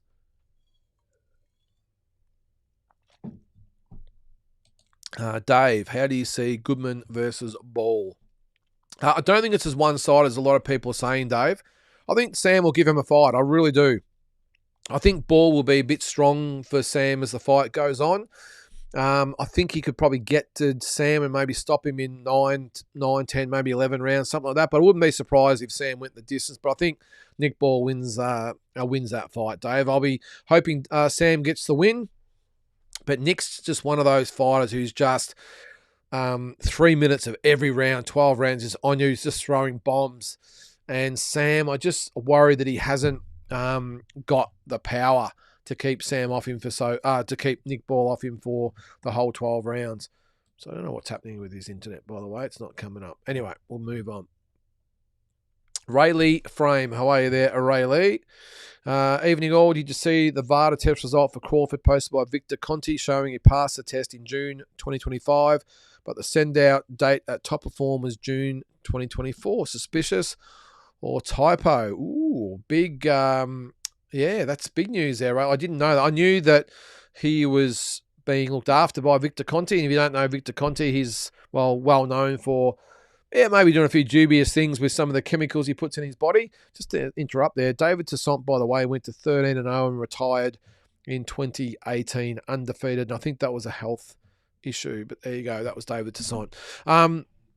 No, I didn't, Rayleigh, but geez, it wouldn't surprise me if they maybe tried to slip that one through. You wouldn't think in this day and age that someone like Terence Crawford would risk anything like that, would you? That he would... this massive fight with Canelo and not trying to, water the wind down at all or whatever by doing this sort of stuff. Look, yeah, I don't know. Well, with this day and age, with all the testing and that sort of stuff, yeah, it's an interesting one. But I'm hoping it's just coincidence there, Rayleigh. Glenn says Ball kills him. Okay. Sam, I heard AJ may fight another Olympian winning from UK. That was that Tony, what was his name? Tony Yorker or something, was it? I can't remember. But yeah, I did say that, Sam. He was was it 2016 gold medalist, or might even be 2020, I can't remember. But I think he's 12-4 from memory. All right, Jules, it's one thing to say you might not get another opportunity, but going into a title fight as the B side and guaranteed to get flogged might just end your career. But I think it's worth the risk, though, Jules. You've got to put yourself in these fighters' positions. So many things can happen in your career. I just think you've got to take the title fights when they come, mate. In my opinion, I don't see how anyone, anywhere, anytime could knock back a world title fight, mate, even if there's a possibility, like you say, they're getting flogged. Because we've seen some of the biggest upsets from fighters who weren't supposed to win, and they take their opportunity. That's why they call it an opportunity. Yeah, look, mate, I'm not sure whether you've got a boxing background or whatever, but I can just say from my experience as a fighter, if I had an opportunity of anything like I didn't turn pro, but a world title opportunity, I wouldn't care whether it's Usyk, Canelo, Inoue, Crawford, Wouldn't worry me if I had 10 fights and an opportunity. I'm taking it. I'm taking it. So that's just my opinion. But I don't think when it comes to world title fight, fighters care whether they're going to get flogged or not, because it's opportunity. This is what these guys get out of bed for every day. It's what you got to get, I suppose, your head around in this instance here, is that these guys from more or less a young age, a very, very young age, they give up their whole life for their sport. They dedicate everything to it. So, and this is what they aspire to. So it doesn't matter whether they think they're going to get flogged or not. You get a world title shot, you roll the dice and you go with it. And if it doesn't happen, well, hopefully you go again, because anything can happen. So, yeah, I understand what you're saying there, Jules, as far as a business decision goes. But at the end of the day, this is what you're in the sport for, is for world title opportunities. And that's why, again, I don't begrudge Tim at all. You can't sit down and say, oh, well, our strategic plan is to do this. We're going to forego that world title shot in the hope that in 2 years' time we're ready to fight such and such for the same world title. It just doesn't work that way. So, I'm sorry, Jules, I've got to disagree with you there, mate. Jules, there's a reason why some Aussie fighters are getting opportunities, and it's because the business sees them as an easy defence at the moment. Yes, you're right, Jules, but Jeff Horn took the opportunity and beat Manny Pacquiao. Liam Paro took his opportunity and beat Subriel Matias. George Kambosos took his opportunity and beat Teofimo Lopez. Jeff Harding took his opportunity and beat Dennis Andrews all those years back. Lester Ellis against one QU. I know it's probably a little bit different story. Jeff Fennick was supposed to be an easy defence for Satoshi Shingaki. So you see where I'm going with it, mate. And yes, it's not just Aussies. There's a lot of fighters out there, because you got to remember this to break it down for everyone.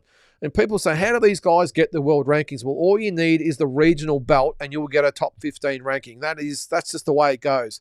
You get an IBF, Pan Pacific, or a WBA, Oceania, whatever. You win that belt, you've got a top 15 ranking. So it's the same as there's an African belt or an Asian belt or whatever it might be. You win the belts in those regions, you get ranked. So it's not just Aussies. But regardless of how it all works, if you get the opportunity, we've seen Luke Jackson as well, with all due respect to Luke, he didn't deserve a world title fight. He hadn't beaten anyone remotely resembling sort of a world-class fighter, but he won the regional belt, got his opportunity. I know he didn't win. He lost to Carl Frampton, but it enabled him to get his opportunity. So, but so many of those great Aussie fighters have won world titles off the back of those opportunities. So I understand what you're saying again as far as a business goes, but how can you make a business decision to avoid a world title shot? This is what you're in the sport for. So it's almost like saying, hey, we've made the grand final. Not quite think we're ready for that opponent. They smashed us early in the year. I'm not quite sure we're ready, so we might just step out, let them have the cup, and hopefully we'll play them in next year's grand final when we've got a bit more experience into our kids, and see how we go. You know, I understand it's different. You're not getting punched in the head in football, but it's the same sort of thing. You've got that end goal there, and this is why you do the sport and why you sacrifice the way you do. So I can guarantee you, Jules, no fighter in their right mind is knocking back that type of opportunity, no matter how ready they are. They're just not. All right, Flash Wilson. Hey, Lynden, I've read that Nick Ball is a hell of a fighter, leading with his head and gets inside with illegal shots. Well, he does a little bit. How do you see Sam Goodman squaring off with Nick, and how does he get a win? I think he's got to get on his bike, Flash. He's got to do it for 12 rounds, which is a lot easier said than done. Can he do it? Absolutely he can. Will he do it? I've got my doubts, but I hope he does. I really do. But he's going to have his work cut out for him, Flash, because Nick Ball, look, maybe illegal shots. I don't know about illegal punches, but he definitely maybe leads with his head and shoulders and everything else he can think of. But he's just a rough and tough fighter, and Sam's going to have to do it for 12 rounds, mate. So, Jules, I think Sam Goodman is a textbook case of ticking all the boxes before taking a title shot. He couldn't do anything more ahead of the ball in a way shot. Yep, that's a good call there, Jules.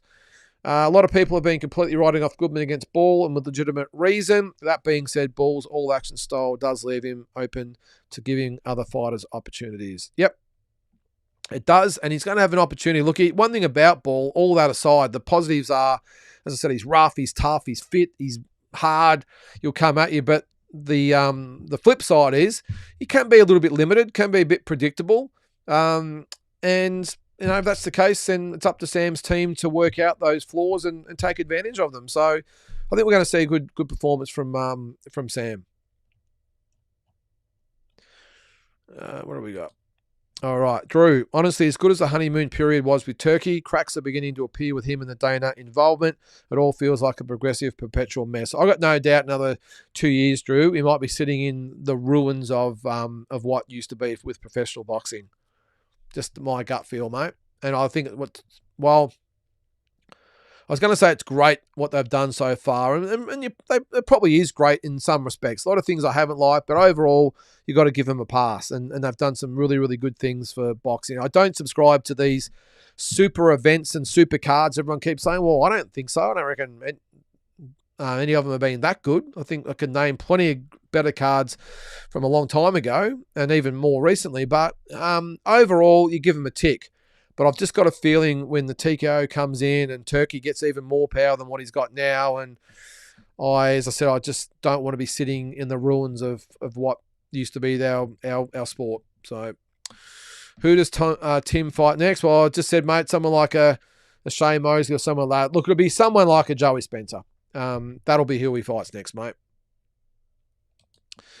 Carl, Sam, Goodman, Glory coming in less than 2 weeks. Yeah, let's hope so, Carl. Yep, up the Aussie boys. Yep, good stuff. Otama should fight Wardley. Eventually Richard. I'm sure they'll get it on. Sam says he beats the two that fought for the belt that Fundora gave up. So Zayos and Garcia, wasn't it? I don't think so, Sam. For Tim, nah, not at this stage. Look, I think Garcia would definitely be beatable. Zayos is beatable as well, but look, mate, I can only judge by what I've seen. I've just seen Tim, when he stepped up to the real top level, just not be the same fighter. I know that's an understatement. He's not the same fighter as when he fought those up-and-comers or the Harrisons and Mendozas and Inoue's and what was his name? The Mexican guy, whatever. But, you know, I think I just can't go with him against any of those top liners, Sam. I'm sorry. And that includes Zayos. Rowan, good to be on the chat live tonight. Good stuff, mate. What do you got there? Do you think Tim should move up to 160 and have a fresh start? Less of a stacked division. Hate to say it, but he needs a new team, though. Yep, we've been over that, mate. Yes, and yes. He should move up, and he needs a new team. In-ring team, that is. How good would it be if Top Rank ended up on Netflix? They've got a good stable of youngsters. Vargas, Inoue, Tszyu, Torres Jr. Yep, Mason, Keyshawn, Norman Jr., Shushu. So you know your stuff there, Naz, but I'm with you there, mate, 100%. Something a little bit different. Get off DAZN. Don't team up with Turkey and get on DAZN like everyone else does. Let's do something different. I love the Netflix production, Naz. I think they do a really good job. They just give us, it reminds me a little bit of the sort of HBO early days or Showtime early days, but they're just a little bit different. They invest a lot in their production, a lot in their team, and I 100% prefer what Netflix have done so far after anything that I've seen on DAZN. I just think their broadcast is shit. All right, explicit. Is it weird if I'm excited for the TV production of Canelo Crawford? Anyone else? I'm with you, mate. As I just said, get off DAZN. It's not on DAZN, is it? No, it's Netflix. So, yeah, I'm really excited. Explicit. Really excited. Damn, now I feel bad for ragging on Medell in the past. Mate, he's a really good guy. And when he first messaged me, I actually just rang him back. He messaged me for starters, and I just thought, I'm not going to message back. I'll pick up the phone and give him a call. He was a really good guy and took it all in his stride, had a bit of a laugh about it. And as I said, he admits that he's got a long way to go, and he was approached about being on Foxtel, so he would have been a boxing fan, but obviously not a boxing expert. But I really respect the fact that he said, "Hey, I know I'm just sort of starting out. I've got a lot to learn, so I'm trying my hardest. I'm trying to educate myself, and that's all you can do." And his role is not to be the expert. His role, as I said, is the journalist / newsbreaker. We see it with the rugby league and AFL and they all have someone like that that's in the media who they go to with all the latest news and the little rumours and snippets and all that sort of stuff. Then they have the experts, the former players or whatever it might be, that come on as the experts. This is what we're lacking in boxing at the moment. But no, it was really good to talk. I spoke to him for probably about 45 minutes, and yeah, he was a good guy, and I wasn't quite sure what to expect, with some of the drive-bys I've given him, but he took it in good stride. So won't mean I'm not going to give him any more drive-bys if you're watching, Peter, but only if they're warranted. All right, Mutsy finally got around to watching the whole Bam fight from a couple of weeks ago. Shit, he's impressive. He certainly is, Mutsy. I think I had him at number 6 pound for pound in the world. I reckon Bam, he's just how good is that fight with Inoue and Nakatani going to be? Can't wait. Hope they get it on. All right, Naz, apart from Virgil, I think the version of Boots who fought Stanionis could well take over at 154. Can't think of anyone who can match him in most areas. No, you're right, Naz. I would think the one who would probably give him the most trouble would be Ortiz. Fundora's going to give anyone trouble there, mate. I reckon Zayos with another 5 or 6 fights. I know it's a long way down the track. It could be 3 years if that's the case.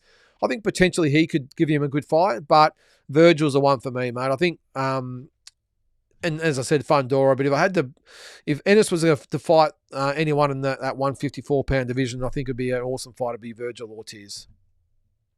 Drew. All right, I agree that Megan Barnard does a great job as an anchor/presenter and nothing else. The trombone in the string section is John O'Brien, a great guy, but horses for courses. And that's what I said, Drew, and that's what I was trying to be respectful to when I spoke to Peter. I love Jonathan Brown, even though he's a Brisbane Lions player. I think he's awesome, and I was sort of hoping I'd be able to say good day to him when I was over there. I didn't get a chance, but he's good in his own way as well. And it's a little bit unfair to be having a crack at him. It's not his fault that he was asked to go over there and have special comments. I know Jeff Fennick's not going to gig anytime soon, by the way. You saw his comments about the head of Fox. Obviously they're going to fall out. But I don't know why they wouldn't be on with Barry Michael. The only thing I can probably think of is his age. He's in his 70s now. But I think someone like Jeff Horn would be fantastic. Potentially maybe George Kambosos would be really good as well. People that can speak really well. It's one thing to know what you're talking about, but you've got to be able to relay it to all the people watching out there. And I think maybe Mike was a Rafa one day. They know what they're talking about, but they speak really, really well. But in the meantime, I think definitely someone like a Jeff Horn would be great.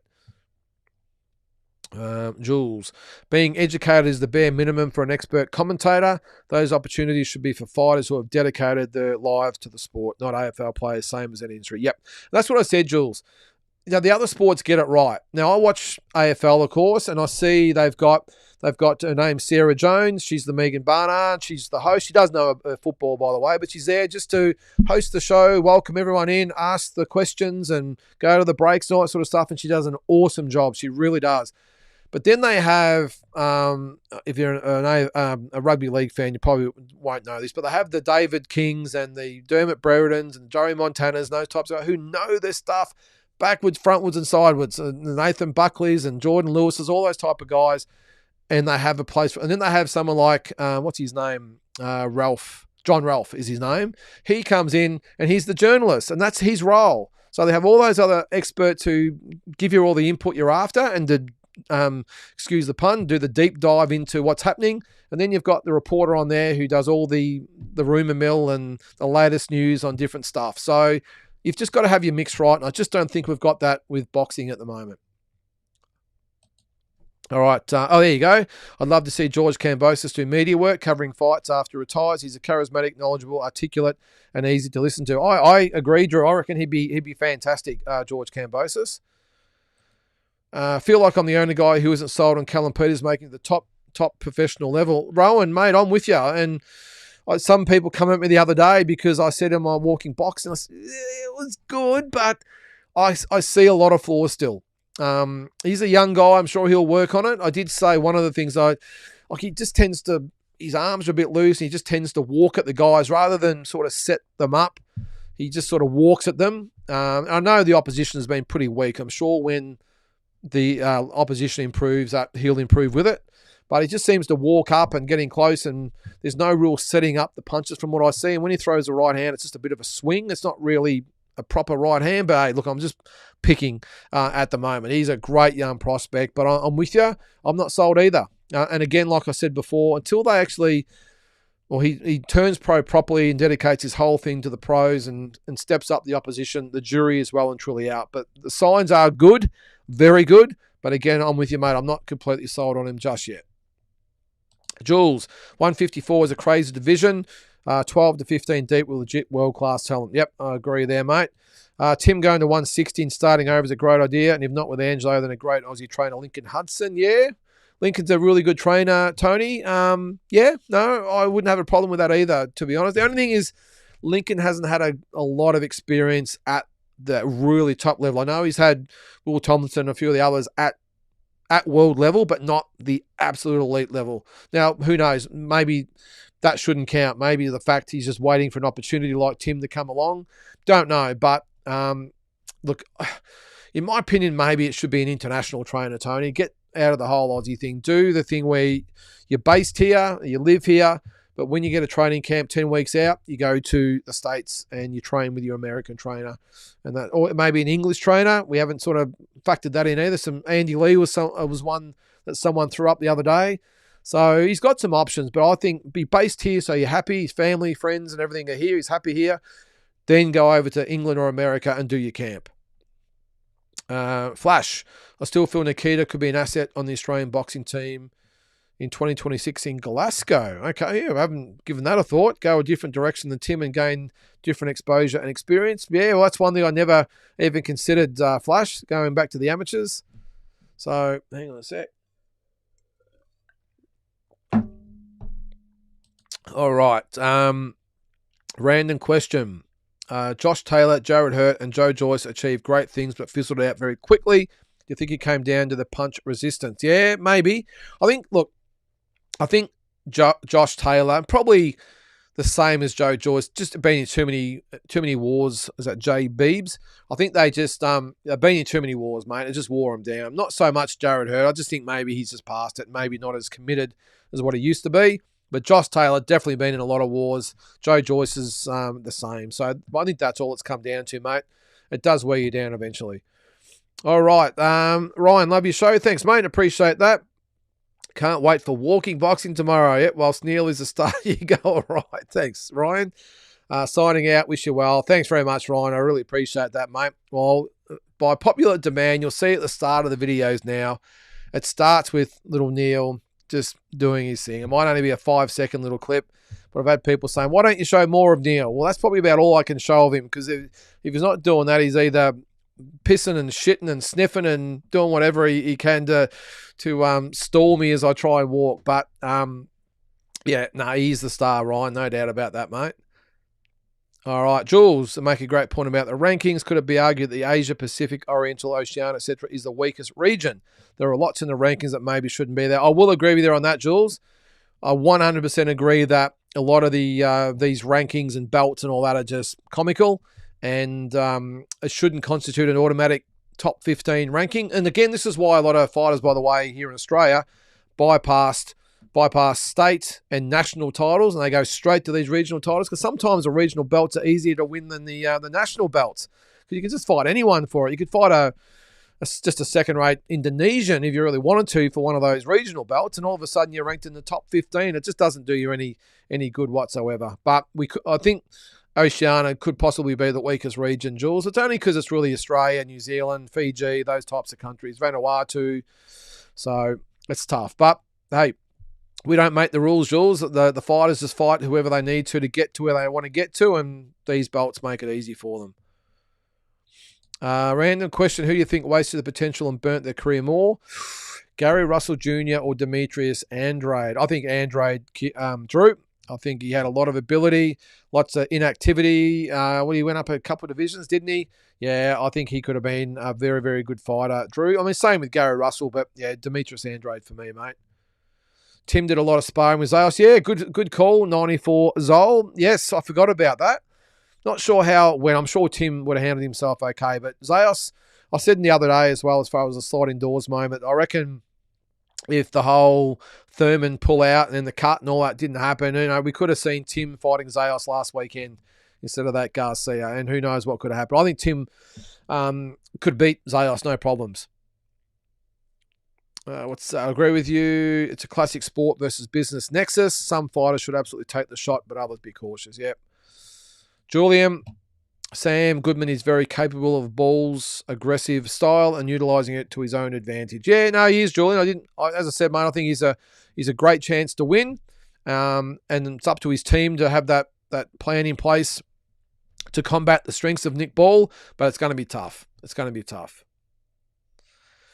Yeah, Peters looks so open to me. Yeah, he needs to work on some stuff. I gave him $1. Yep, he needs to do it, mate. But he's got plenty of time, mate. As I said, I just don't like really the way he sort of just marches forward with his sort of hands sort of all over the place and not really setting anything up. He just sort of marches in and starts wailing away. So I'm sure they'll tidy that up anyway. Caspar, I think Cooper O'Connell translates better to the pro style. 100% Caspar. Actually, a quick little bit of news on that. I think I said that I'm going to the Canelo Crawford fight. I leave on September the 8th. Now, Cooper and his mum, Shannon, are both going to head over there as well. And so I'm actually going to head over with them. So I've actually changed my plans. I'm going to actually go to Brisbane first, and I'm going to fly over with Cooper and his mum, Shannon, for the fight. So that should be really good. And while we're there, I'm going to try and get Cooper some sparring at some gyms over there. So I think he's fighting in might be the Commonwealth Games trials or something, I think, that weekend before we go. And then I think he's going to take his gear over there, do some training, and hopefully get some sparring. So the only way to get discovered sometimes, Caspar, is to put yourself out there, and he's going to take his gear and give it a crack. So it'd be good to have them along. Ooh, Jules, Jacob NG, Harry Garside. Who you got? Harry Garside, Jules. I don't think anyone in Australia gives Harry Garside much trouble, if I'm being honest. He's a great fight too.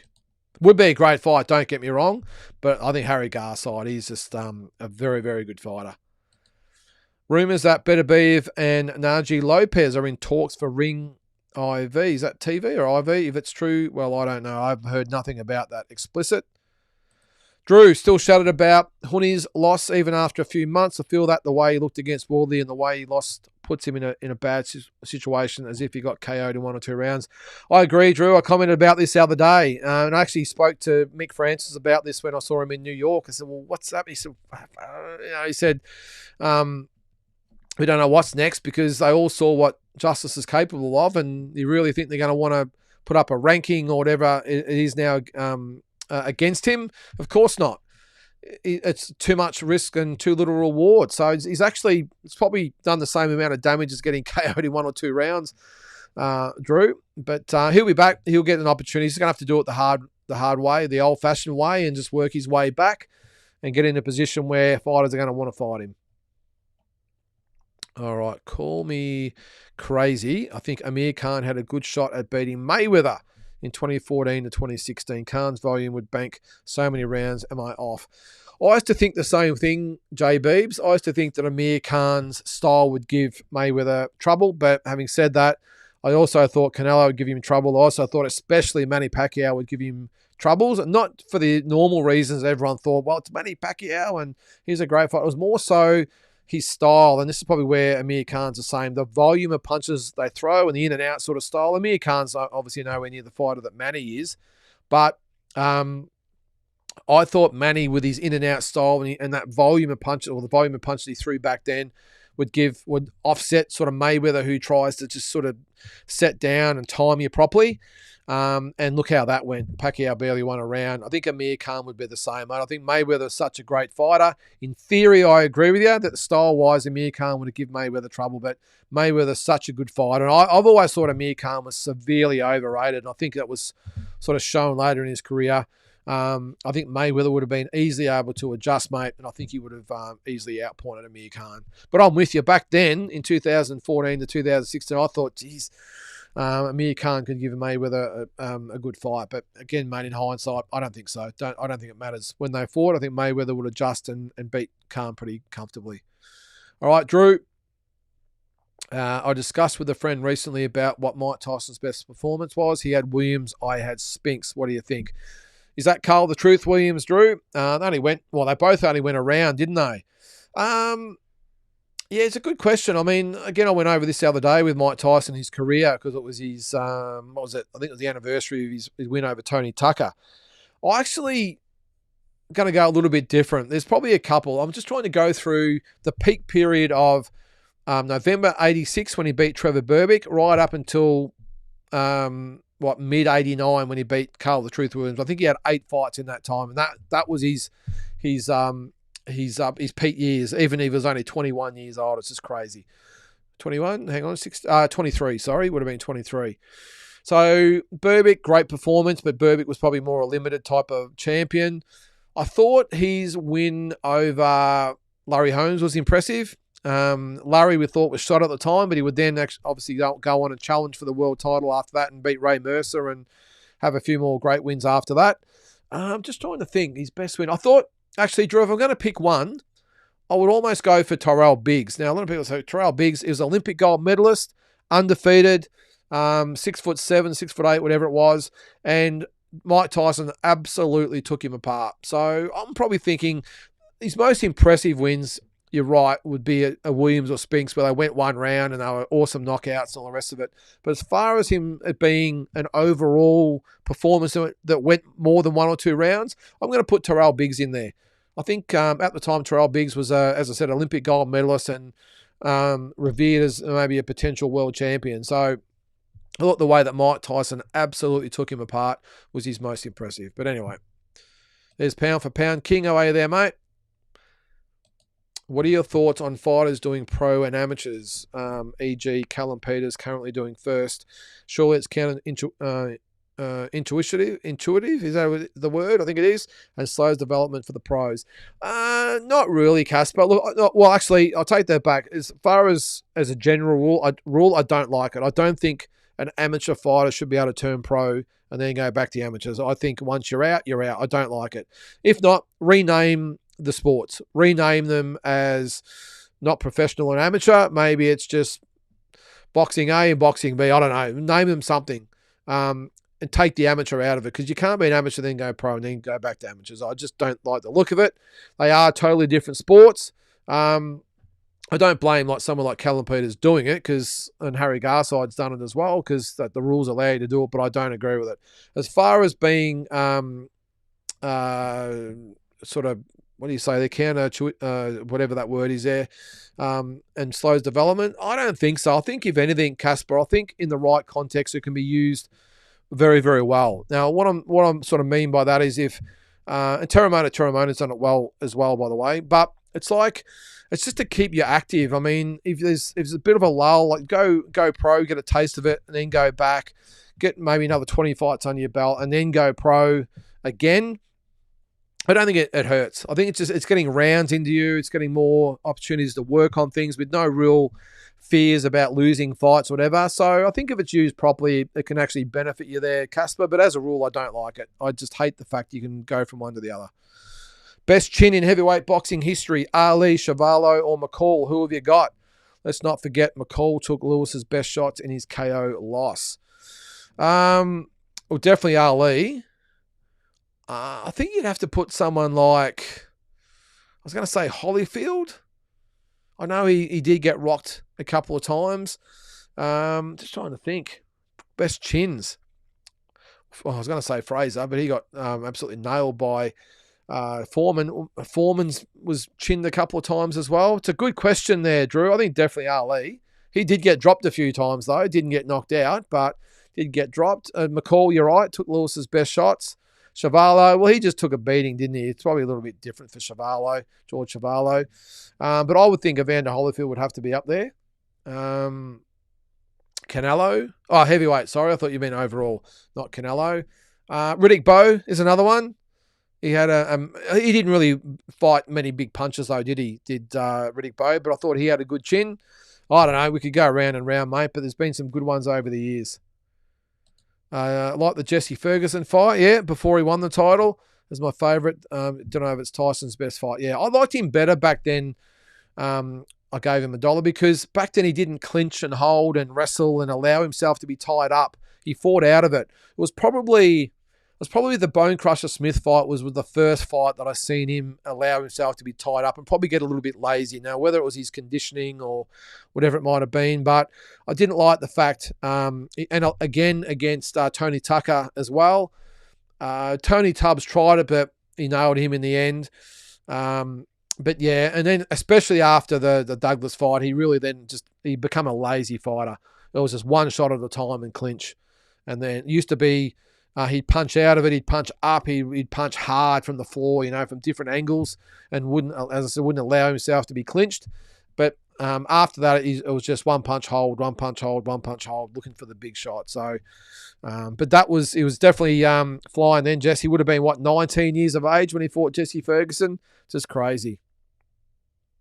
Floyd said he was going to allow the fans to pick his next fight between Khan and Madonna. I remember that. Khan won the votes by a landslide, but Floyd chose Madonna, who already lost to Khan. Yeah, I do remember that, pound for pound. Tyson had an underrated chin. Yeah, yes, he did. He did get hit with some good shots. What else we got there? Ferguson was undefeated and dangerous at this point. Yeah, and you remember too, the gloves. Back when Tyson first started his career, he had the thumbless gloves. They were the go back then with the thumbless gloves, and they sort of weaned them out as they went. I think they ended up going for the normal thumb, but it was stitched down. I think that still might be the case. But back then, they actually went for the thumbless glove where it was actually flat. They almost looked like little sort of boxes on his hand. So, yeah, back in the day. But he was a killer, mate, that's for sure. All right, guys. Well, I'm not sure we've got any more comments coming. We're about 10 minutes ahead of schedule. I think I got through those comments really, really quickly, didn't I? If you've got anything else to say, let me know. If not, I suppose we'll call it a night. Before we go, though, make sure you watch every day. I normally have the Walking Boxing out. Probably before about sort of 10:30, something like that. And what all it is, if you've never seen it before, is me talking about things that are happening in the boxing world in the last 24 hours. Sometimes, if there's nothing to talk about, I'll just talk about my own experiences in boxing, my thoughts on different aspects of the sport. So it's something to give you something to listen to for 20 to 25 minutes every day anyway. What's that there? There's a huge fight for a 19-year-old. Certainly was there, mate. The Tommy Morrison doco. No, I haven't, Jules. Let us know what that is on. Is it on Amazon or Netflix? I haven't seen it, mate. So let me know, because I must admit I haven't seen it. Drew, I really think the Douglas fight for Tyson changed the complexion of his career for the worse. Let's not forget he changed trainers before the fight. He did, and Kevin Rooney was a great trainer for him, Drew, and then he left Kevin Rooney, and that was it. I mean, you remember in the Douglas fight where they had a glove. He had the swollen eye, of course. It wasn't cut, but it was swollen, and they had a glove that they filled with water and tied up, and they put that on his eye. That was just embarrassing. He was not in condition. He had no tactics or game plan for Buster Douglas at all, and of course, come unstuck. But yeah, definitely changed the course of his career, Drew. But I think at some stage, the likes of Holyfield and Lewis and those types of guys probably would have got him in the end, but you never know. Have you heard about Prince Ahmed movie coming out? Yep, it's called Giant, J. Beebs, and I think it's out now. So I think Pierce Brosnan is in it. He plays the trainer. And it looks okay. I really like the fact looks like they've invested in the fight choreography a lot. Normally these movies sometimes are more about getting the effects right and all that, rather than not focusing on the fights, which is the main, in my opinion, the most important part of the movie. And I think it looks like they've done a really good job in this respect. And I think, again, I've been vocal about this. I've done videos about this, about my favourite boxing movies. And one thing I didn't like about movies like Southpaw and The Fighter, really good movies, and the storylines. Of course, The Fighter is about Mickey Ward. Really good movies as such, but the choreography just lets it down. And that's again what makes the Rocky movies so good, because the fight scenes are just so well done, especially number 3 with Clubber Lang. Have you bought this Ring? Have you bought the Ring magazine since they returned? Nah, mate. I just read it all online. I haven't got a lot of room in my house these days, mate. It's full of junk. The last thing I need is boxes of magazines. I used to have, when I was a kid, mate, I had boxes and boxes and boxes full of magazines. KO magazine, Ring magazine. There was The Fighter. There was World Boxing. The Aussie ones, The Fist. Used to love those magazines. There was probably about half a dozen different magazines I get every month, mate. But I, along the way of turfed them, along with my about 200 videotapes, full of all the old news clips, which I still kick myself daily. The amount of content I would have had for YouTube back in the day. And I thought, oh, well, it's all about DVD plays. This is about 20 years ago. And I had about 200 3-hour tapes. And that's not an exaggeration. 3 and 4 hour tapes I had full of stuff I taped off the news and Wide World of Sports and fights, obviously. and I got rid of all of them. Just kicking myself. But anyway. KO. Okay. Part of the ESPN 30 for 30 series. Okay, mate. I'll keep a lookout for it. Thurko, how are you there, mate? Any news on Terramona? We'll have to have a few fights, but he's an exciting prospect for Aussie boxing as well.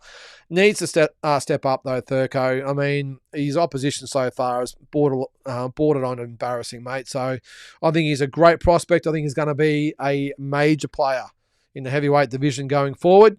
But he needs to step up the opposition, mate, because, as I said, the opposition so far has just been ridiculous. So can't believe he went all the way to, where'd he go? Was it England or where'd he go? His overseas fight.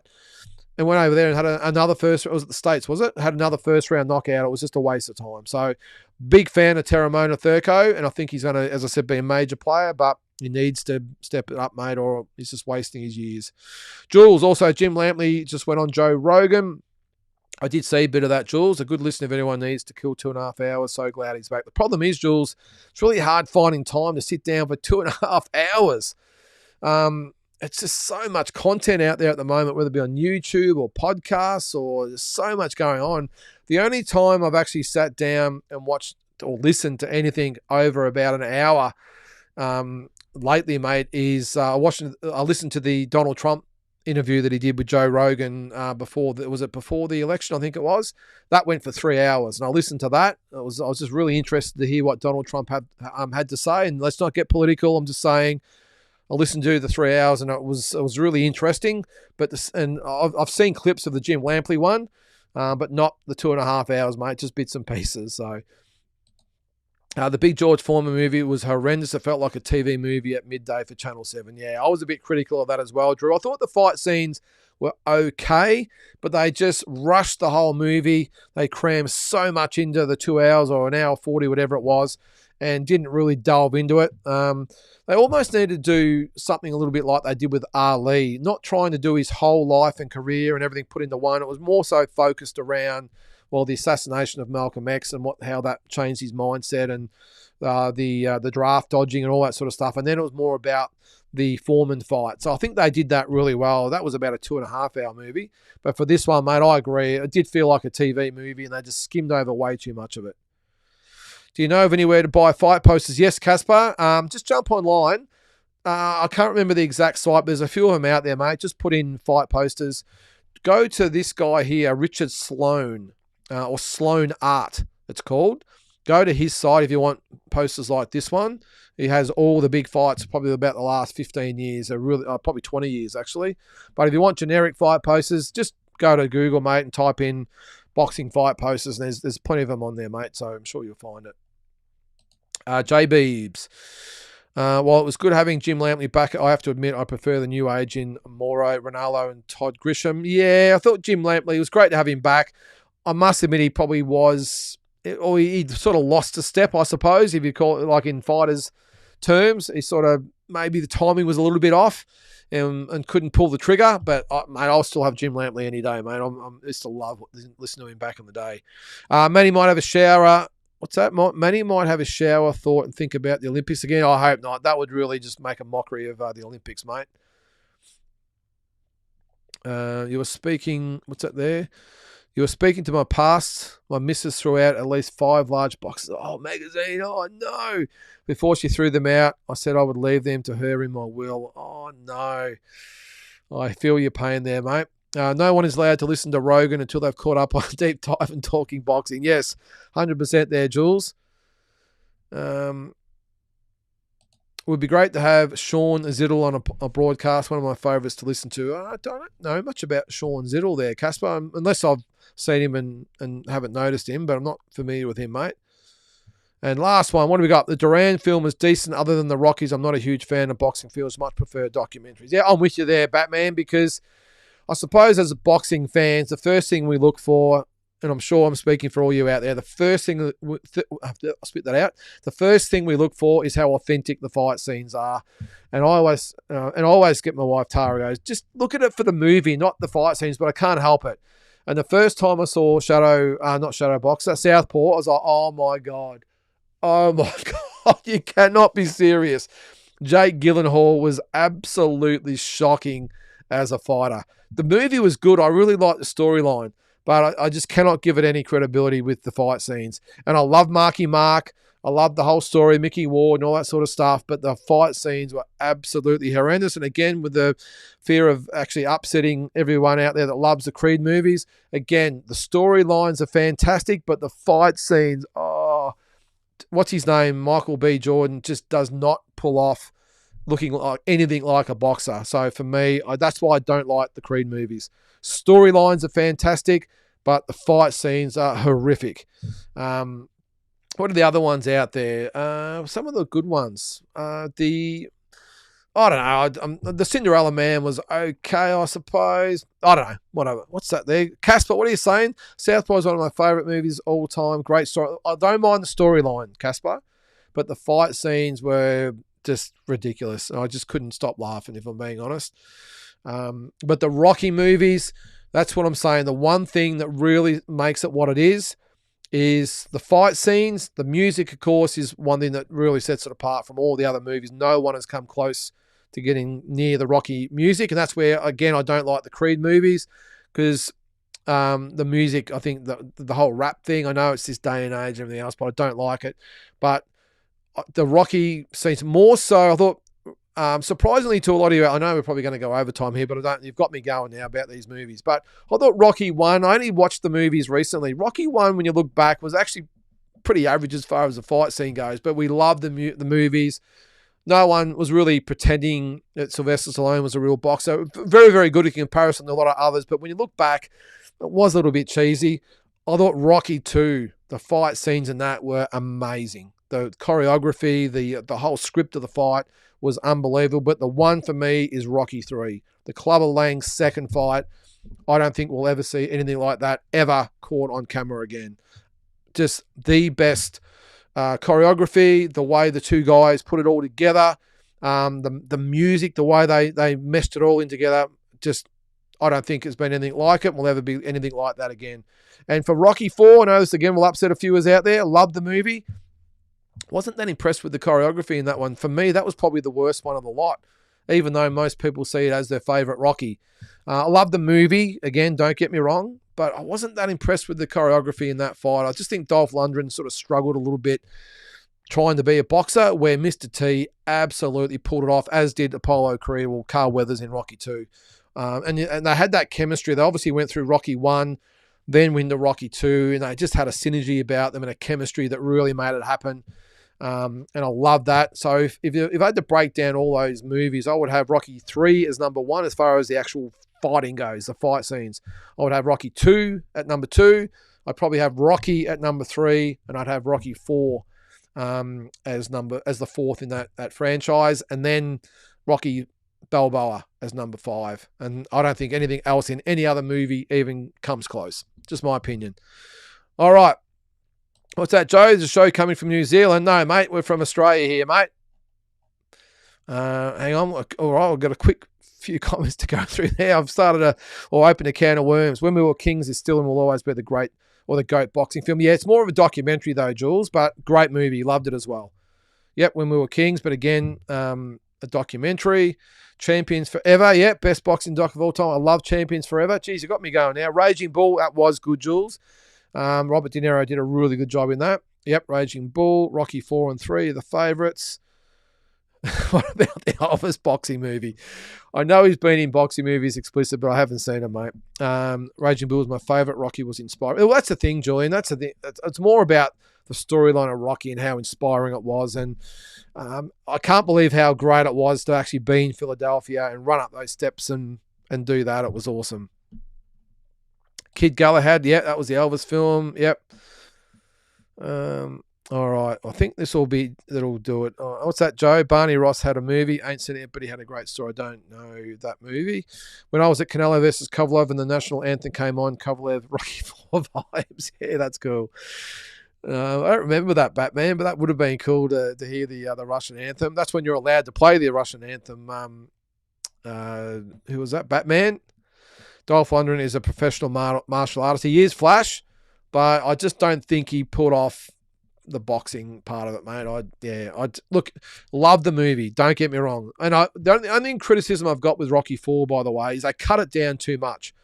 I'm not saying about the new movie they brought out, the recut. I thought that was shit. I didn't like it. The director's cut, I think all they did was pull out good portions of the movie and replace them with bits of the movie that there was a reason that they were cut in the first place. I just don't think that. The only good thing actually that they did in Rocky, the recut or the director's cut, was cut out the robot. But I thought all the others, I thought they cut out some really good scenes of the first one and just simply replaced them with offcuts that didn't really go anywhere. So, but they should have made that movie a 2-hour movie. They cut it back to 90 minutes. I just think they really didn't do that film justice, Rocky 4. But for me, Rocky 3 is and will always be the best Rocky movie of all time and the best boxing movie of all time. And no one will ever convince me to do any different. I remember going to movies and seeing it about 5 times back in the days. I think I was about 8 or 9 years old when it came out. Yep, and coming out, everyone was doing the Rocky. It was awesome. All right, where does Homer and Dredrick Tatum episode rank? Well, that was that almost sort of brought back some, or did bring back some memories. What was that sort of? There was a fight because of Simpsons, of course, always foreshadow something. There was a fight that was that it really foreshadowed as well, and I can't remember what it was, where Homer got absolutely towed up by Dredrick Tatum. Anyway, it's escaped me now. All right, last one. How about the Line of Rose gets a movie? He got a good doc on him, though. He has got a movie, Joe. It's called Rose Against the Odds, mate. It has been made many years ago, so it's called Rose Against the Odds. I'm sure it's on YouTube or somewhere. Look it up. I think Johnny Famishon probably needs a movie. Jeff Fennick movie coming out as well. That will be awesome. Who else will they probably make a movie of at some stage? I think Oscar De La Hoya's got a movie in the works. I think Manny Pacquiao will get a movie. Mike Tyson's getting a proper movie. But yeah, on Line of Rose, mate, yeah, it's called Rose Against the Odds, and I'm sure you'll be able to find it somewhere. All right, guys, so having said that, we've gone about 6 minutes overtime. You got me going. It's hard to get me to shut up when I start talking boxing movies. But anyway, thanks everyone for joining in. Hope to see you next week. Have a great week, and we'll catch you next time on Talking Boxing.